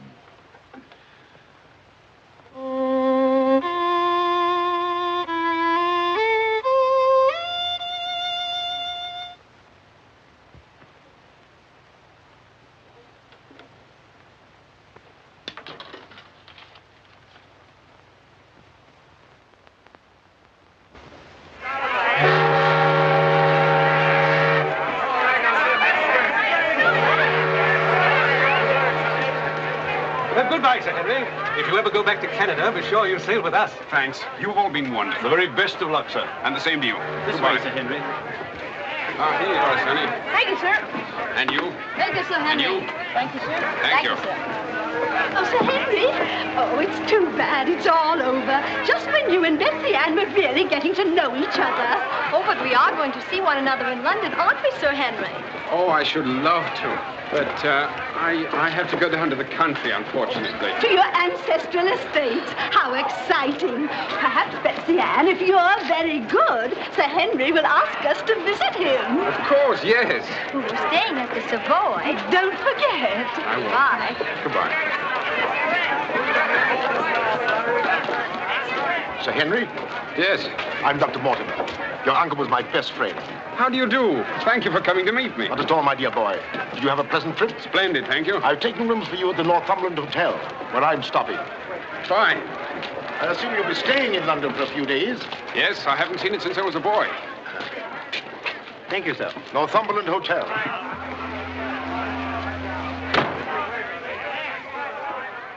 Sir Charles's death was a great personal loss to me. I was more than his doctor. What's this?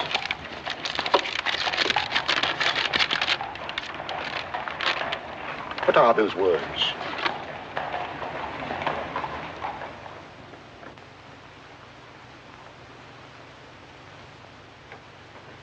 Do you mind, Sir Henry? No, not at all. What do you make of it, Mr. Holmes? Why do you think that last word is printed in ink? Oh, that's simple enough. The words have been snipped from the London Times. That's evident from the typography. But the word moor is an unusual word. Your correspondent evidently couldn't find it in the newspaper. You'll admit, Dr. Mortimer, there's nothing supernatural about this. Supernatural? Tell me, Sir Henry, has anything else unusual happened to you today since your arrival in London? I can't think of anything. Unless you'd say that losing one of your boots is unusual. You lost one of your boots? Yes, and brand new ones, too. Never had them on. I put them outside the door to be cleaned, and when I went to fetch them, there was only one there. Brand new boots, and you put them out to be cleaned? They were tan ones, Dr. Watson. It prevents them from scratching to have them polished first. Now, will you please tell me what this is all about? Dr. Mortimer bringing me here to see you. This letter. It's about you, Sir Henry. Your inheritance in Baskerville Hall. And Dr. Mortimer thinks that it might not be safe for you to go down there. Safe? On account of a hound. A wild, supernatural monster that has cursed you Baskervilles for the last 200 or 300 years. Oh, that sounds grand. A family ghost, eh? Why didn't you tell me about this before, Dr. Mortimer? Well, Mr. Holmes suggested... He's going to tell you about it now, Sir Henry. Take him back to the hotel, Dr. Mortimer. Show him that old document. Tell him everything, the whole business. I'll join you a little later. Come on, we'll stroll back. You can tell me on the way. This is not something to joke about, Sir Henry. Believe me. See you presently. Good night. What's up? Shh. Come on, Watson. What's up now? Where are we going? You'll see soon enough. We've not a moment to lose.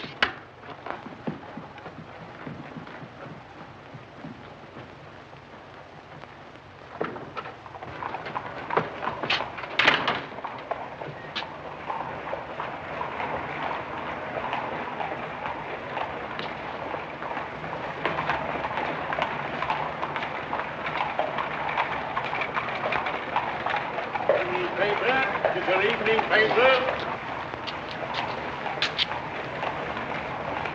Keep your eye on that hansom.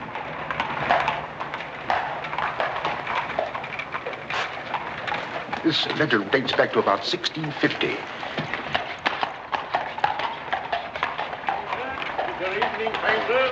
Get your paper, evening paper. Evening paper, sir. Get your evening paper. Get your paper, evening paper. Evening paper, sir. Tells all the latest news that's going on, sir. Tells you all about it. Thank you, sir. Evening paper. A dissident, drunken fellow. And he was a dissident. Look out! Stop! Whip up, cabby. Whip up, I say. Very good, sir.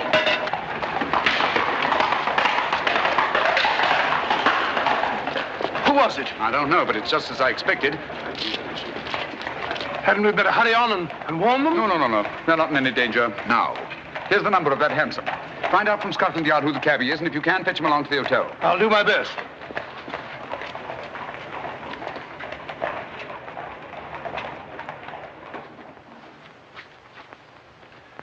Well, now that Dr. Mortimer has told you everything, what have you decided? To go there, of course. Good. That's what I thought you'd say. And if Dr. Mortimer will only guarantee that this supernatural hound of his will really appear, I'd call the radio. Oh, don't say that, my boy. Sounds like a bogey story they tell kids to frighten them at night, doesn't it, Mr. Holmes? Yes, rather. It might interest you to know, however, that you were shadowed from my house. Shadowed? Yes, and probably have been ever since you arrived in London. By whom? I don't know. A man in a hansom. He must have seen me run after him and had the cabby dash off. Oh, by the by, did you ever discover your mislaid boot? No. Hello. Well, the brown one's here, but one of the black ones is gone. I'll ring for the chambermaid. Perhaps she can explain. Yes, do. Now, why should anyone want to take an odd boot and then exchange a brand new one for an old one? Can you explain it, Mr. Holmes? No, I can't. Come in. Did you ring, sir? Yes, about that boot of mine. Oh, I haven't found it yet, sir. I've made inquiries all over the hotel. Well, it's back, the brown one, but now one of my black ones is gone. Oh, sir, that is odd. Who else except yourself has access to this apartment? Only the housekeeper, sir, and she wouldn't do a thing like that. No, of course not. I'm terribly sorry, sir. I'll do my best to find your boot. All right, thanks. Oh. Good evening, gentlemen. Good evening, Dr. Watson. I've got him. Come on in, Clayton. Come this way. This is John Clayton, number 2704. How do you do? How do you do, Clayton? Won't you sit down? Won't keep you long. It's good of you to come. Thank you, sir. Now, Clayton, I wish you'd tell us who your fare was that watched a certain house on Baker Street this evening and later followed these two gentlemen. Well, I'm glad to you know as much as I do, sir. Well, not quite as much, I hope. The gent said as how he was a detective, sir. Oh, he did? Yes, sir. Mm-hmm. How would you describe this gentleman, Clayton?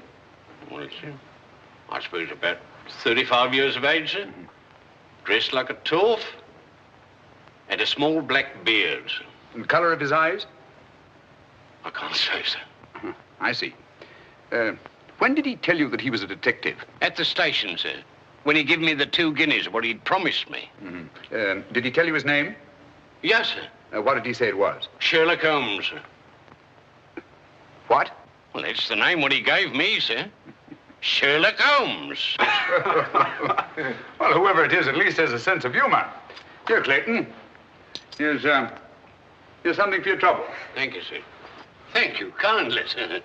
Is there anything else I can tell you, sir? Nothing at all, I think. All right, sir. Good day, sir. Good day. Good day, gentlemen.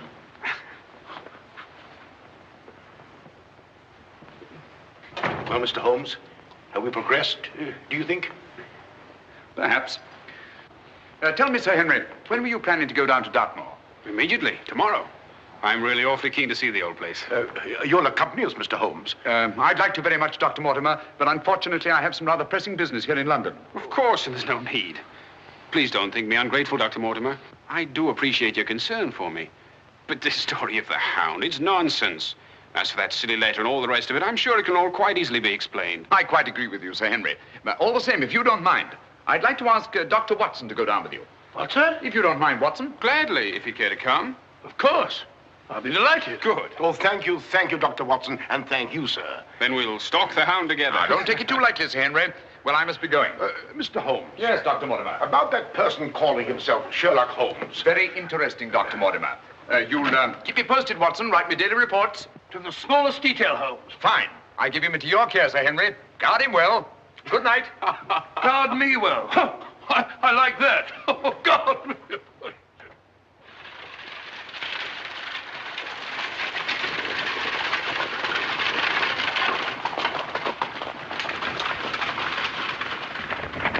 Here we are, Sir Henry, on famous Dartmoor. And what a history it has.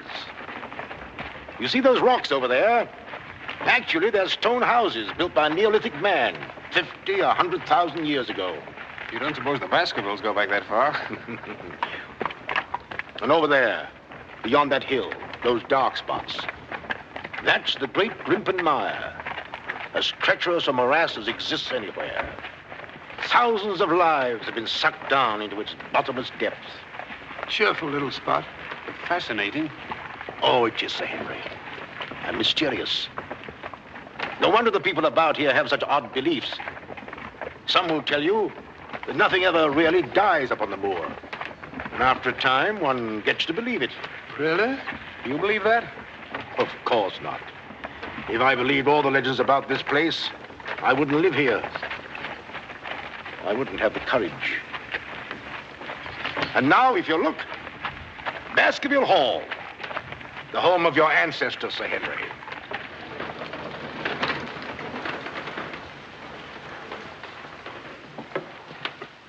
How are you, Barrowman? Very well, thank you, sir. Thank you.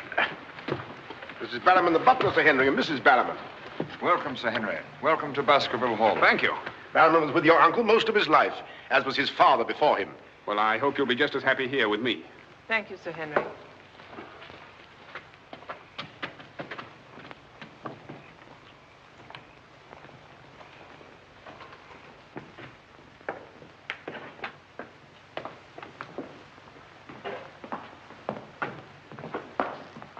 Baskerville Hall.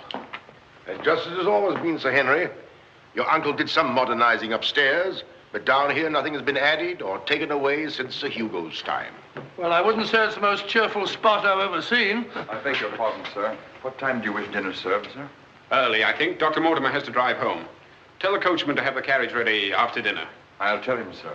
Now, I suppose you'd like to freshen up. There's hot water in your room, sir. I'll show the way. Thank you.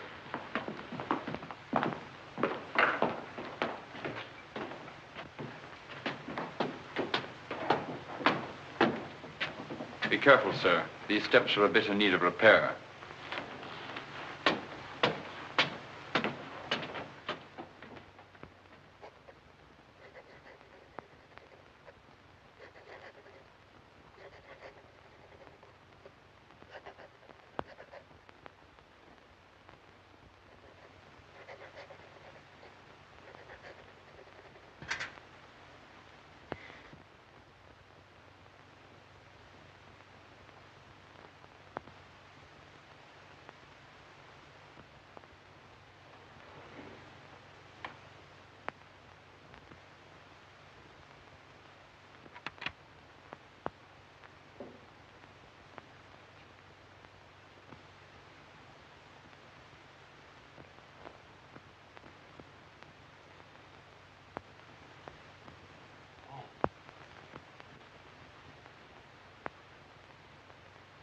I didn't want to startle you. I thought you might be asleep. What is it? Come quickly. Someone's prowling around.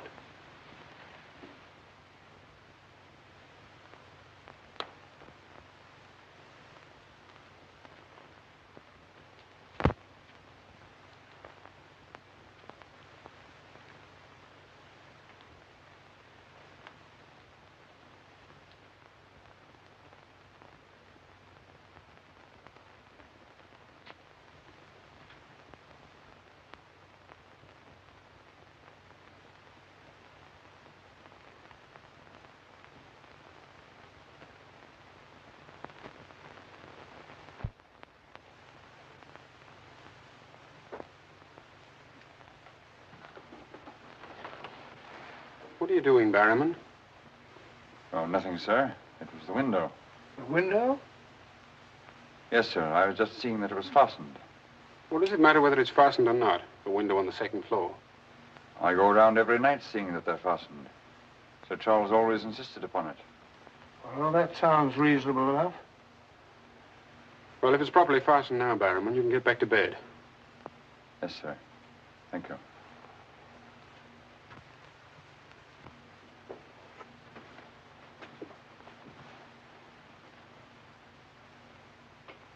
Do you see anything? Nothing. Nothing except a pinpoint of light a long way off, over there by the crags. Well, keep your eye on that point of light. And tell me what happens.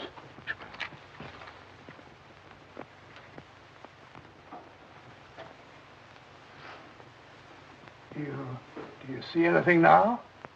It's gone now. There it is again. And there it goes. Just as I thought. Barrowman was signaling to someone. Come on, get some clothes. We'll find out.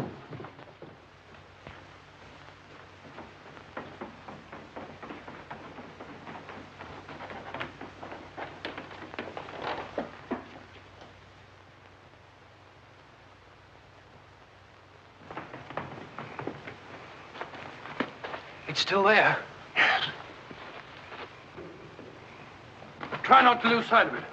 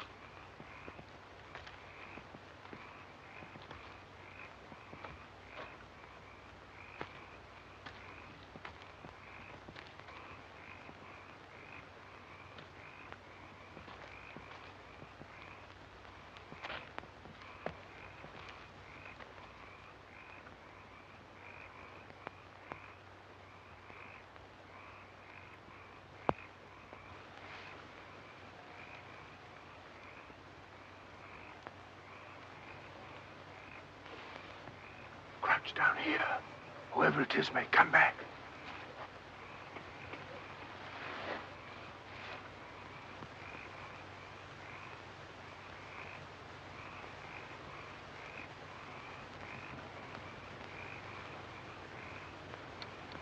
What about getting a little further away from that light? Up there. Good idea.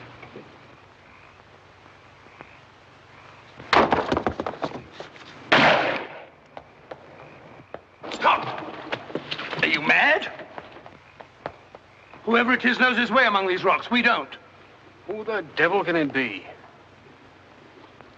You were right about Barrowman. Yes, but what connection can there possibly be between that horrible creature and Barrowman?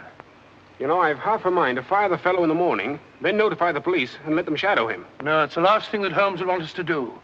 Our job is to watch Barrowman. Watch him like a hawk. Come on, let's get back.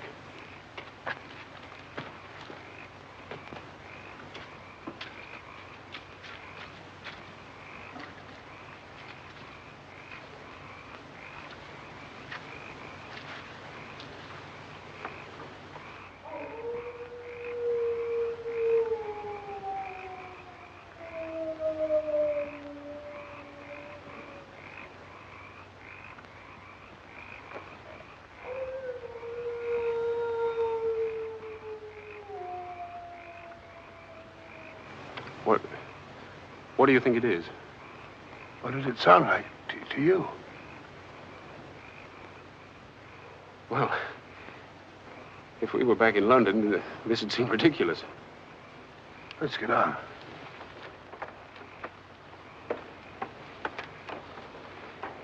Look here, Doctor. You don't believe that nonsense, do you? Of course not. No more than you do.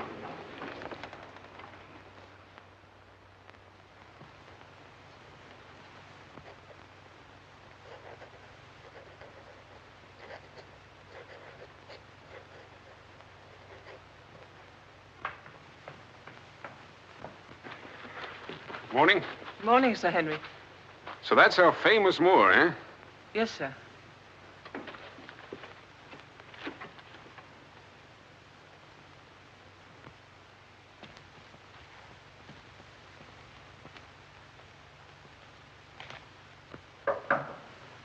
Come in. Oh, where's Sir Henry? He went out, sir. Where? Across the moor. Didn't I tell you to let me know immediately if Sir Henry ever ventured out there alone? I know, but I only just found out from my wife.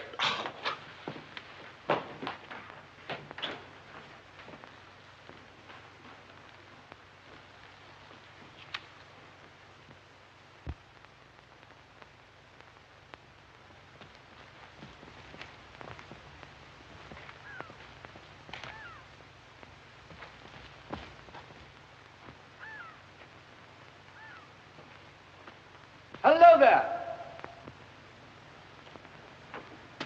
Oh, forgive my shouting at you, Dr. Watson. My name's Stapleton. Live just across the moor. But how did you know my name, sir? Oh, from Dr. Mortimer, one of our neighbors. Oh, yes, sir. Hi, Sir Henry. He's very well, thank you. Well, we were a bit worried he might decide not to come here. After the rumors that followed the sad death of Sir Charles, has Mr. Sherlock Holmes come to any conclusion yet? I really can't say. Oh, is he going to honor us with a visit? I haven't the slightest idea. Well, if I can be of any help, I do hope you'll call upon me. I know this place pretty well. Thank you, but I don't think I shall be needing any help. Wonderful place, this moor. From a scientist's point of view, there's nothing like it. Vast, barren, mysterious. You see those bright green spots over there? Seems a little more fertile than the rest. Fertile? That's the great Grimpen Moor. One false step means death. Only yesterday, one of the moor ponies wandered into it. Turned me sick with horror to see it struggling. And the sound of its screams... What's that? Oh, that? Well, the people round here say it's the Hound. Surely you don't believe such rot? Bogs make queer noises. Or perhaps it's a bittern booming. A bittern? Yes, a very rare bird. Practically extinct. If anything is extinct on the moor. Stop! Stop! Look out! Stop! That was a voice. A woman's voice. Thank heavens you heard me. Another few yards, you'd have been into that mire. Looks innocent, doesn't it? But only yesterday, a little moor pony got into it, and that was the end of it. Well, thank you for shouting at me. You're Sir Henry? Yes. Oh, I suppose I should say welcome, Sir Henry, but I'm afraid it wouldn't be sincere. Oh, that's understandable. A stranger coming here and taking the place of someone you were fond of. Oh, it's not that. No? Tell me, what is it? Sounds silly, I know, but Oh, it's not that ridiculous Hound legend. I never used to believe those things till I came to live down here. But you do now. You're rich. You can go anywhere you want to. There are so many other places to live in the world. Interesting places. Just now, I find this place very interesting. Why, hello, Beryl. Hello. Oh, Dr. Watson, my stepsister, Miss Stapleton. How do you do? How do you do? Hello, Doctor. And this, I'm sure, must be... Oh, Sir Henry, my brother. How are you? I was just telling Dr. Watson how delighted we are you decided to come here. I'm here and to stay. Oh, that's splendid. You know, it's been quite dull down here since the hall's been closed. It's wide open now, especially to friends of my uncle. You must both come and dine with me. You must come to us first. Yes, what about tomorrow night? You and Dr. Watson. We'll invite the neighbors over to meet you. Of course, you already know Dr. Mortimer. The only other one's old Mr. Franklin. Who's he? Oh, wait till you meet him, Sir Henry. He'll bring suit against you, I warn you. What on earth for? You'll find something. Suing people is a passion with him. I'll look forward to meeting him. All right, tomorrow night, then. Thank you. And thank you again for rescuing me. Goodbye. Goodbye.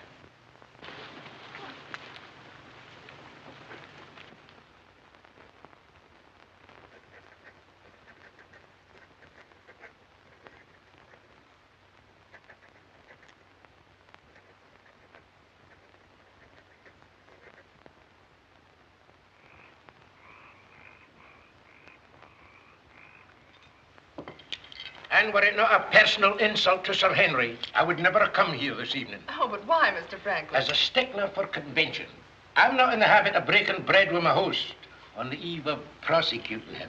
Great heavens, what crime have I committed now? A most gruesome one, Mr. Stapleton. That of body snatching. What? You're a body snatcher, sir. A ghoul, a despoiler of graves. Oh, come, Mr. Franklin. That's a very serious charge. Oh, Beryl, Refill Mr. Franklin's glass, will you? Thank you, my dear. And an excellent vintage it is, too. But if you're implying that I'm tipsy, sir... Oh, of course he's not. Tell us more, Mr. Franklin. Whose body has Mr. Stapleton been snatching? According to my evidence, sir, Mr. Stapleton was seen digging among the old stone huts on the moor and removed from there a skull. Oh, that. A most interesting relic, Sir Henry, of Neolithic man. I'll show it to you after dinner. 50,000 years old if it's a day. Nonetheless, sir, you removed it from the grave without the consent of the next of kin. And according to British law, that constitutes body snatching. Deny that if you can. But what good will it do you to prosecute Mr. Stapleton? None, sir. I have no interest in the matter. I act entirely from a sense of public duty. If you care to drop by my house someday and take a tipple of wine with me, I'll be glad to tell you a thing or two about everybody here. About him prowling the Grimpen Mire at nights and why he takes her with him. Oh, there's no secret about us. As you know, I dabble a bit in the occult. Mrs. Mortimer has very strong mediumistic qualities. She finds the old caves on the moor particularly conducive to psychic phenomena. Very interesting. Have you ever tried to communicate with my uncle since his death? Oh, yes, on several occasions, but with no success. But if my wife would consent to a seance tonight, while you, Sir Henry, are present, we might... No, James, not tonight. Please. Perhaps some other time. Shall we have coffee in the drawing room? Why, of course, Mrs. Mortimer. I could persuade my wife. Don't you think yes, the mist? If you and Dr. Watson would care to see my little collection. Oh, yes, the skull. Yes, we're in here. I'd like to very much. Quite a museum. Oh, a very modest little collection. But this one really is quite a treasure. You'll observe its unusual cranial index. Gentlemen, my wife has consented. She's agreed to a seance. Splendid. Oh, fine. Please come at once.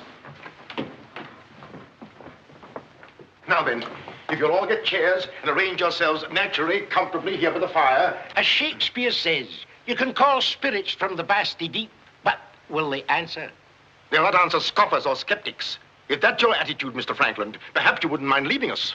Oh, I'm sure Mr. Franklin didn't mean to doubt. Of course I doubt. And I ask you to keep a civil tongue in your head, Dr. Mortimer. Ordering me out from under the roof of my host is grounds for a very nasty little lawsuit. Oh, come now, Mr. Franklin. Sit down by me. Now, tonight we may communicate with Sir Charles. Find out what he feared so greatly. What he was running away from. Now, Jennifer, you sit here, please. Sir Henry, here. Or would you please put out those lights? Certainly. Stapleton, that light, please. Dr. Watson.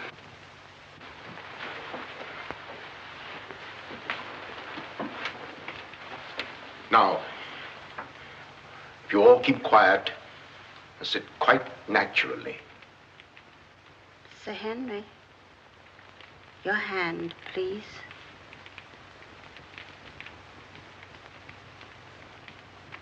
Sir Charles, can you speak to us? Let us know if you're present. There are things that only you can explain. Speak to us, Sir Charles, if you're here. There are things that only you can tell us. Sir Charles, can you speak to us? Let us know if you're present. There are things that only you can tell us. Speak to us, Sir Charles, if you're here. There are things that only you can explain.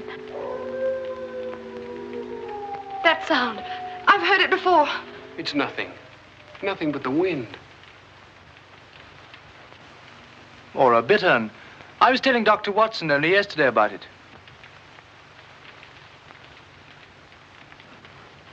Sir Charles?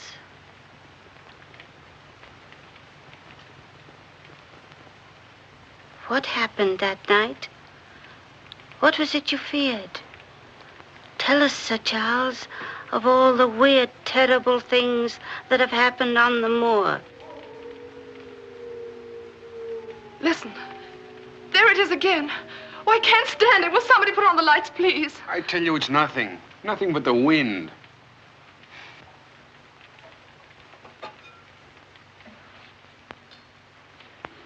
Mr. Franklin, what did you think it was? The Hound, of course. The Hound of the Baskervilles. Any fool would know that. James, get my cape. Take me home. Very well, my dear.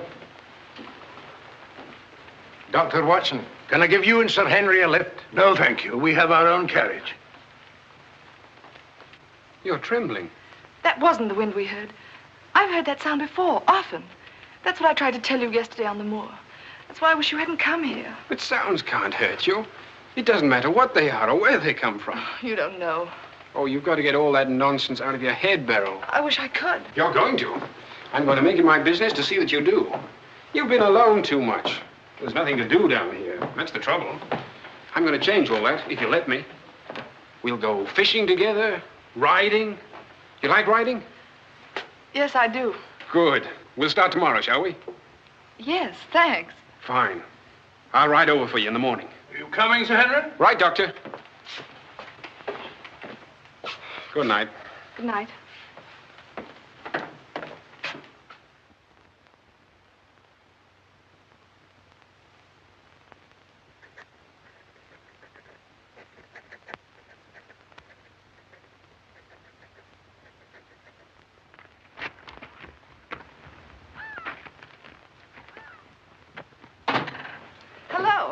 Hello, Beryl. Well, where shall we go today? There's one place we haven't been, High Tor. Fine. That's where all the old ruins are. You know, Jack says that they're over 50,000 years old. That sounds interesting. And you can still see the remains of their stone huts. All right, good.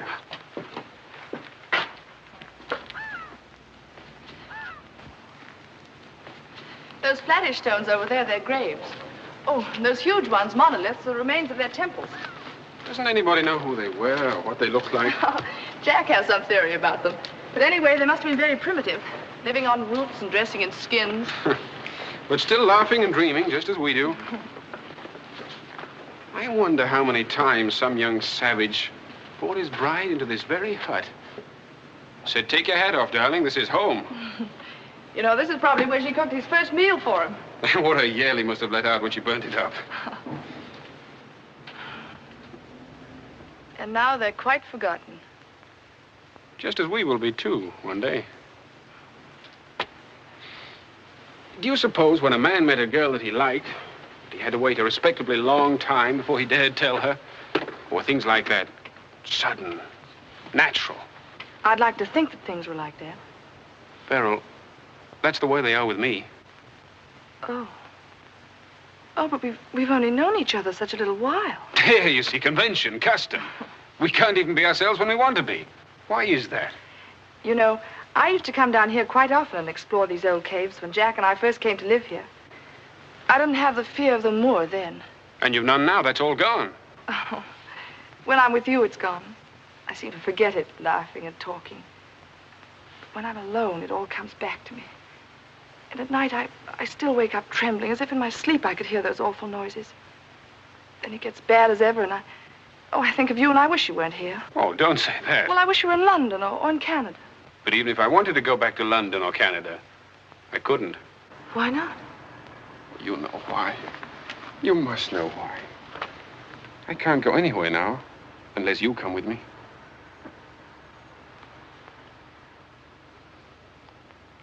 Oh, Henry.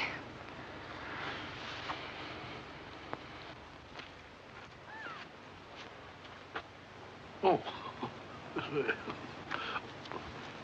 Would you mind pausing for a minute? I'm afraid I've lost my way. Oh, hello, Doctor. Sir Henry and I were just... We were getting engaged. Engaged? Splendid. May I congratulate you both? Thank you. Thank you.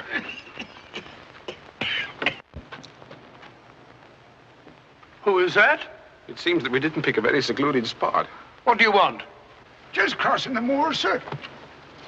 Just crossing the moor.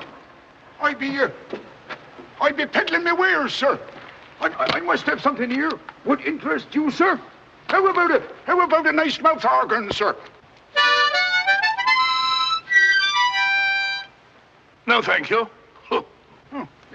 Here's something an old squire like you could use, sir. A whistle. A whistle for calling your sheepdog. Calling my what? Sheepdog, sir. A regular charmer, sir. Hear him for miles around, sir. Take it away and yourself with it. How about some scent for the lady, sir? That'll do. Be off about your business. All right, sir. I ain't doing no harm.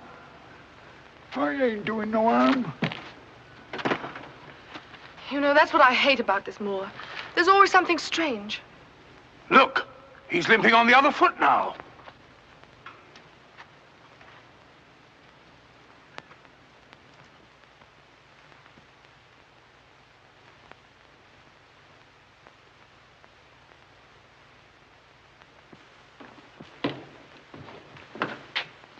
Barrowman? Yes, sir. Who delivered this note? No one, sir. I found it slipped under the front door. Thank you.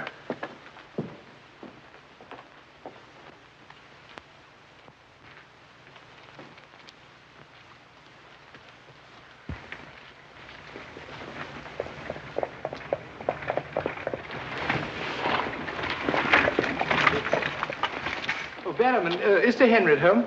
No, sir. He's gone across the moor. Oh, I'm sorry I missed him. Did Dr. Watson go with him? No, sir. Oh, thank you, Barrowman. I'll tell Sir Henry you called, sir. Yes, do.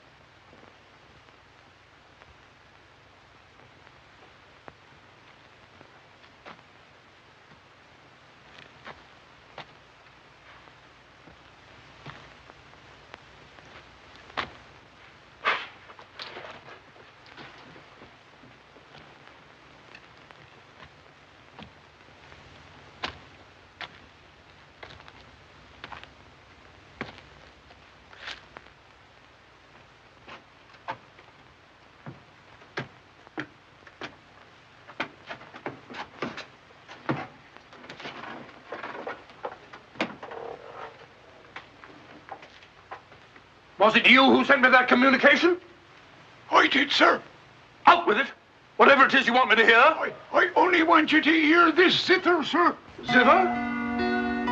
He don't come no finer, sir. What blasted impertinence.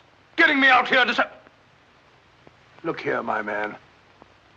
You're up to something. I only ask you to try him, sir. Be careful. This thing's loaded. Who are you? Well, I might ask the same of you, sir. Prowling around the moor, spying out on everybody. That's my business. To spy. Oh, what is it? Yes, and if you want to know who I am, I'll tell you. Who are ye? I'm Sherlock Holmes. Sherlock Holmes, the detective? Yes, and now perhaps you realize why I can't be hoodwinked. Oh, sir, that changes everything. Now, who are you? Quick! Well, in that case, sir... My name must be Watson. Holmes! How are you, my dear fellow? A fine detective you are, calling yourself Sherlock Holmes. So you've been down here on the moor all the time? That's a fine way to treat me, I must say. Send me down here. Let me think that you were in London, working on that blackmail case. Let me sit up half the night, writing those blasted reports. Serious reports, my dear Watson, and very valuable they were, too. I made arrangements to have them forwarded on to me. A shabby trick, which I'll not forget. Ah, but a very necessary trick. If I'd come down here with you and Sir Henry, every movement of mine would have been watched. While in this way, only you and Sir Henry have been watched, and I've been free to work. That's all very well, but making a fool of me... Sit down, Watson. Do sit down. Perhaps a little supper will help you to get over your huff. Huff? I'm in no huff. Here, try some of these sardines. It's a pity I didn't know you were coming. I'd have provided a brace of pheasant. It's a pity you didn't think of bringing down that infernal violin of yours to regale me with some of your enchanting music. I did, my dear Watson. Anything to oblige.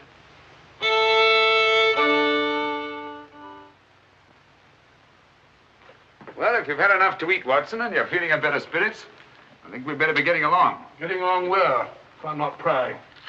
I'm returning with you to Baskerville Hall. There are still some gaps to be filled in, but all in all, things are becoming a little clearer. Not to me, I assure you. Still a hopeless jumble. Mr. Franklin, Dr. Mortimer, the Barrowmans. Put it all together, and what have you got? Murder, my dear Watson. Refined, cold-blooded murder. Murder? There's no doubt about it in my mind. Or perhaps I should say in my imagination. For that's where crimes are conceived and where they're solved. In the imagination. But there's been no murder. Unless you mean Sir Charles. And the facts clearly indicated that he died from heart failure. That's why so many murders remain unsolved, Watson. People will stick to facts, even though they prove nothing. Now, if we go beyond facts, use our imagination as the criminal does. Imagine what might have happened and act upon it, as I've been trying to do in this case. We usually find ourselves justified. Then you know? Another day, two at the most, and I will know. My one fear is that the murderer will strike before we're ready. In that case... What's that? Where's it coming from? There. No. There. The Hound. Come on, Watson, quick.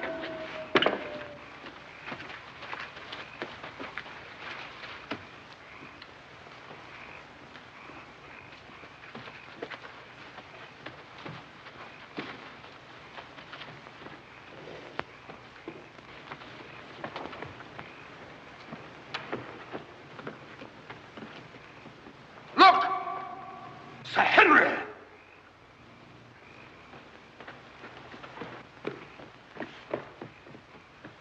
Must have run along that ridge and fallen over the cliff. He's dead. Skull crushed in. Convict. Thank heaven.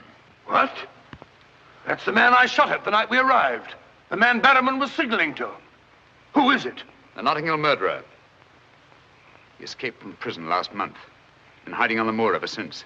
The Notting Hill murderer? Do you mean that he is responsible for all this? That remains to be seen. But he's wearing Sir Henry's clothes. Yes, that accounts for it. Accounts for what? For the Hound. These clothes were the cause of that poor devil's death. Do you mean that the Hound was after Sir Henry? Yes, and mistook the convict for him because of the scent of the clothes. Do you remember that missing boot, Watson? Why do you suppose the brown one, the one that had never been worn, was so mysteriously replaced in the black one taken? Why? Because a boot that had never been worn wouldn't have had the scent of the owner, and the black one had. But how does this convict come to be wearing Sir Henry's clothes? Oh, well, that's simple enough. Why, Dr. Watson. Somebody hurt? Who's this? The convict who escaped from Princeton. Oh, how terrible. I heard a cry. That's what brought me over here. What's your theory about it, Mr. Holmes? You're quick at identification. Oh, everybody knows you, sir. As a matter of fact, we've been expecting you down here. My name's Stapleton. How'd you do? You came in time to see a tragedy. Yes, most unpleasant remembrance for me to take back to London tomorrow. Oh, must you go so soon? I've been looking forward to meeting you. Yes, I'm afraid I must. We were hoping, Mr. Holmes, that you may be able to shed some light on the occurrences that have puzzled us down here. Yes, but an investigator needs something more than legends and rumors. Oh, quite so. Give me a hand, will you, Watson? We'd better put this poor fellow in one of the huts till the morning. Oh, let me give you a hand. Oh, I think we can manage all right, thank you.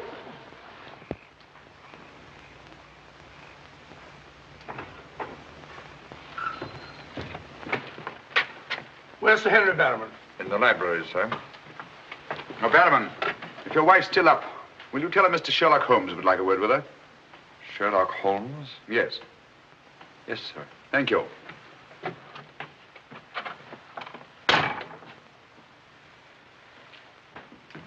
Sir Henry. Holmes! I'm glad to see you so well, Sir Henry. Why didn't you tell me Mr. Holmes was coming? Well, I was he didn't know. We ran across each other in the village. I am glad to see you. What is it, Barrowman? Oh, I asked to see Mrs. Barrowman, if you don't mind, Sir Henry. Of course not. Come in, Mrs. Barrowman. I think you'd better sit down. Thank you, sir. I prefer to stand. I'm afraid I've some rather bad news for you. What is it? Well, it's going to be a bit of a shock. Oh. They've caught him. Your brother...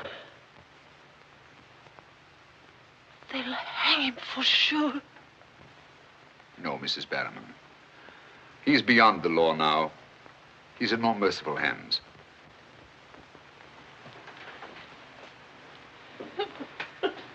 We came upon the poor fellow as we were crossing the moor. He must have missed his footing and fallen over the cliff. No further need, Barrowman, to signal to him from the window or take food out to him or give him Sir Henry's discarded clothes. Go, Sir Henry. It was all my doing. Barrowman here wanted to tell you all along so as you can notify the police. But he was my kin, my old kin. Even though he wasn't never any good. We understand. He won't hold it against Barrowman, will you, sir? Of course not. Now take her along and see that she's all right. Thank you, sir. Thank you, Sir Henry.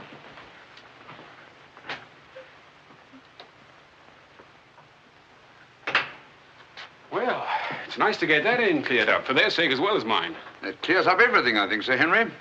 That poor devil must have been completely demented. And that accounts for those dreadful noises that we've been hearing from time to time. Exactly. Your troubles are over, Sir Henry.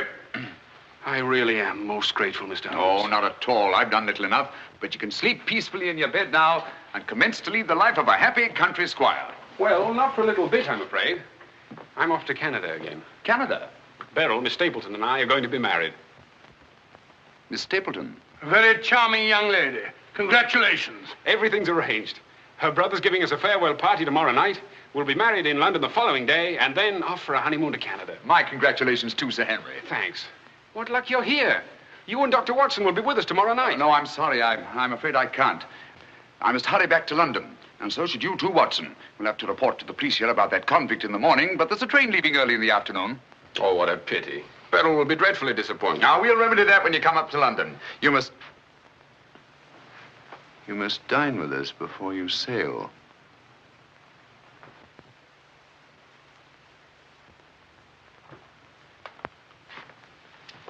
Well, there's the old boy himself, Sir Hugo. Hugo, the beast of the Baskervilles. Not a bad bit of brushwork by Ransom, one of the minor painters. Oh, I don't imagine it's very valuable. I can't quite agree with you, Sir Henry. One day it might prove to be of the greatest value. Well, we must be going.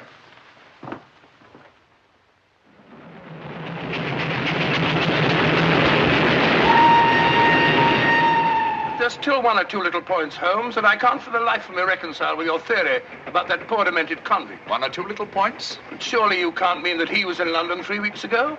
Sent that letter? Stole that boot? Of course not. Then who the devil did? The same person who was responsible for the death of that convict last night and will try again to murder Sir Henry tonight.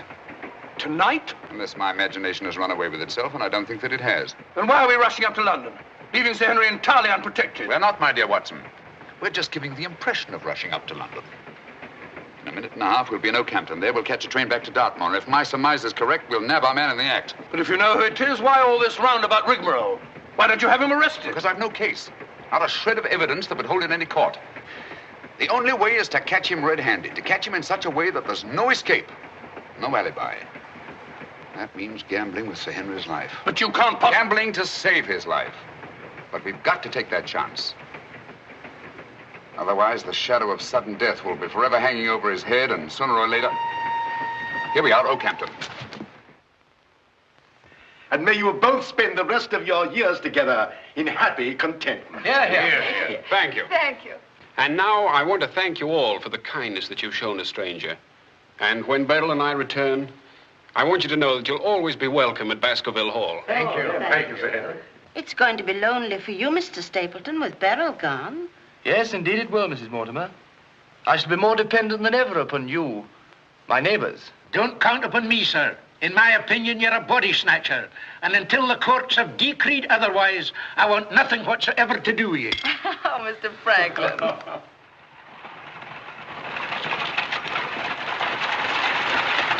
I say, driver, can't we go a little faster? I'm doing the best I can, sir.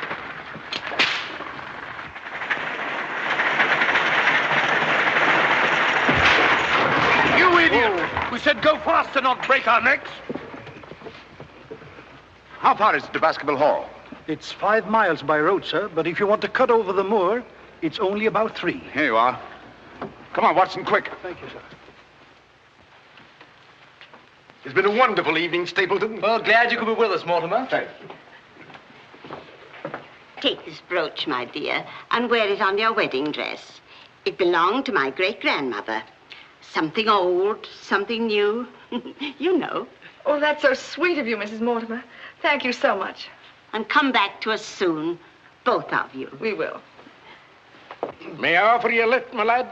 It's such a beautiful night, Mr. Franklin. I think I'll walk, thank you. Merely a gesture of hospitality. Reject it if you like. Get up there. You're not going to cross the moor alone, Sir Henry. Why not? There's nothing to fear anymore. We can't be sure. Oh, but I have Mr. Sherlock Holmes' own word for it. Come along, James. Good night, Sir Henry. Good night, Mrs. Mortimer. And the best of luck to you both. Thank you.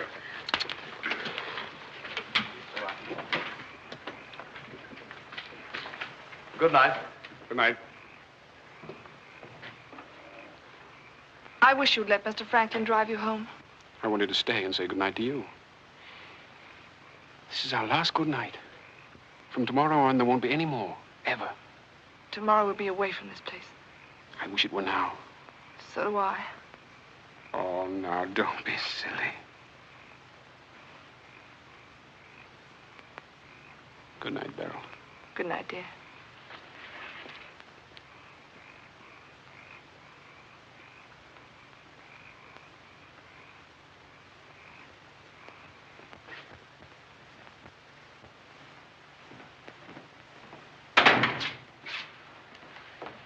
Well, was it a nice party? Wonderful. Everything, and most of all you. Jack, I haven't said very much about going away, but you know how I feel. Yes, of course. It had to be. Well, you won't be too dreadfully lonely, will you? Well, I shall have my work and... Henry and I'll be back before you even know it. Yes, of course you will. Well, you better go to bed now. You've got a big day ahead of you tomorrow. Good night, Jack. Good night, dear.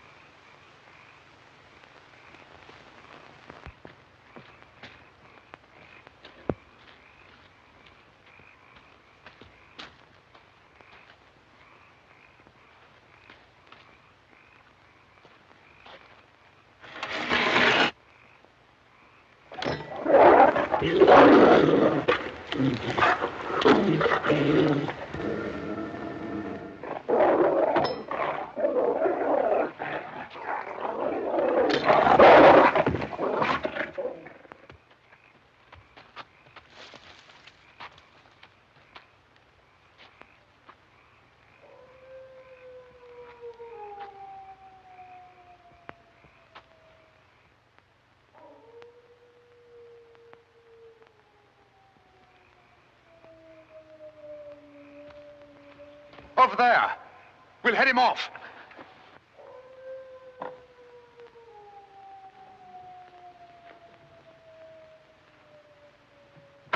Jack! Where are you?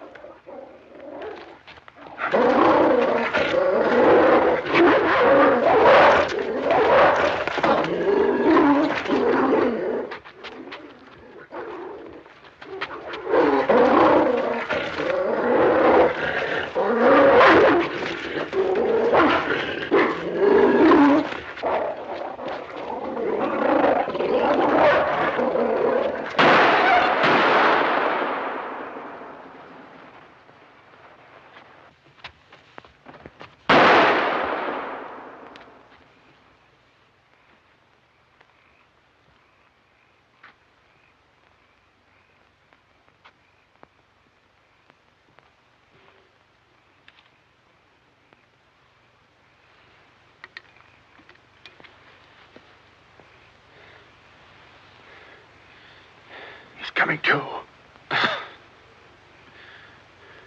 You'll be all right, old man. Watson. Yes, soldier. Mr. Holmes? Yes. What was it? We've got to get him home quickly. Can you manage him alone? Yes. Because I've got things to do. Help get his arm around my shoulder. I'm all right.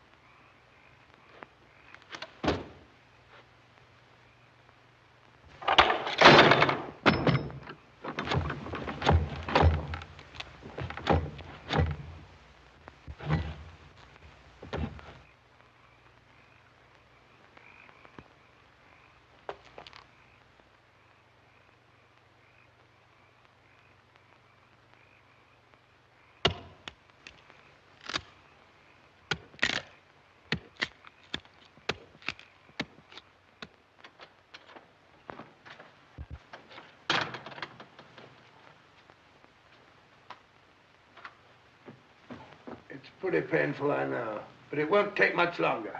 Go on, it doesn't hurt. Now, Mrs. Barrowman, some gauze, please. I just heard the dreadful news. Thank heavens you're safe. Is he all right? Well, now we know for certain that this is no legend, no myth. There really is a hound. Was a hound? Yes, Mr. Holmes told me. I ran into him across the moor. He asked me to send you to him at once. It's a matter of great importance. He said he'd wait for you at the spot where the beast was killed. I must finish here first. This poor boy's taken a terrific beating. Well, I can carry on for you, Doctor. I'm a bit of a doctor myself, you know. Do you think you could manage? Yes, I'm sure I could. I think you really ought to go, Dr. Watson. Mr. Holmes was most urgent. Oh, really?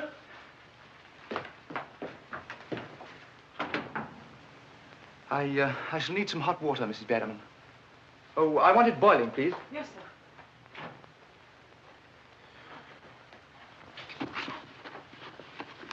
It must have been a terrifying experience, Sir Henry. Terrifying. It was indeed. Yes, I can see you're still weak from loss of blood. I can't say I feel any too well. Here, drink this, Sir Henry. You'll feel much stronger. I'll see to your other bandages after.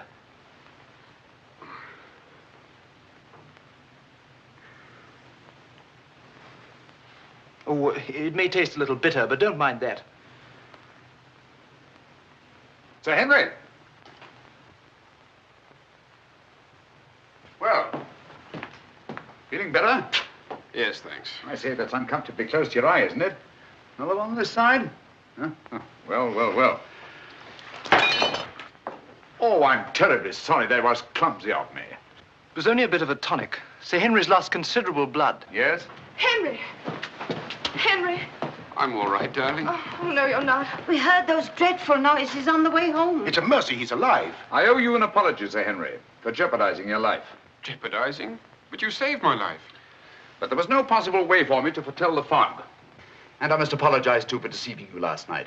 When I told you that your troubles were over, I knew that they weren't. But if I hadn't cleared out, the crisis which came tonight would have been indefinitely postponed, with the shadow of death hanging over you. And over you, too, Miss Stapleton. You knew this was going to happen? How could you know? The person who wanted to snuff out your life, Sir Henry, was the same one who plotted to kill your uncle. He wanted to get you both out of the way so that he could lay claim to this place, to the whole Baskerville estate. In tracing back his lineage, he discovered not only that he was the next of kin, but also learned of that old legend about the Hound. So he brought the Hound to life by the simple expedient of buying the most savage dog that he could find and hiding it here on the moor until he needed it. If he had succeeded tonight, the blame would have fallen on the legendary monster, and no possible suspicion would have been attached to him. A most ingenious device. And I'm quite sure that he would have had no difficulty in proving his claim to Baskerville Hall and all that goes with it.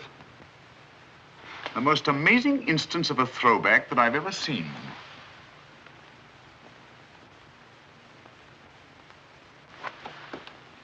And you can see for yourself. Stapleton! One move and I'll shoot. Jack! You two, stay where you are. You're under arrest, Stapleton, for the murder of Sir Charles Baskerville, the murder of a convict, and the attempted murder of Sir Henry. You can't arrest me, Holmes. Now, one move from any of you and I'll blast you all to kingdom come.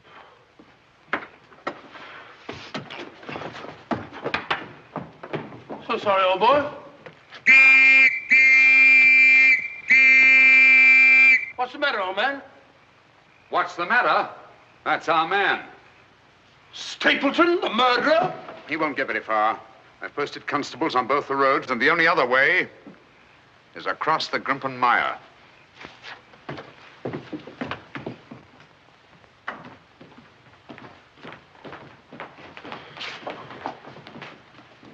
I'm so sorry, Miss Stapleton. I wish I could have spared you this. Well, that officially closes the case, Sir Henry. And a very interesting case for your annals, Watson. An ordinary dog, an ingenious criminal. And a more ingenious detective. I owe you a tremendous debt of gratitude. Oh, we all do, Sir Henry. Mr. Holmes, we've admired you in the past, as does every Englishman. Your record as our greatest detective is known throughout the world. But this, seeing how you work, knowing that there is in England such a man as you, gives us all a sense of safety and security. God bless you, Mr. Holmes. Thank you, Dr. Mortimer. Thank you. And now, if you don't mind, I've had rather a strenuous day. I think I'll turn in. Of course. Good night. Good night. Good night. Good night, Mr. Holmes. Good night. Oh, Watson, the needle.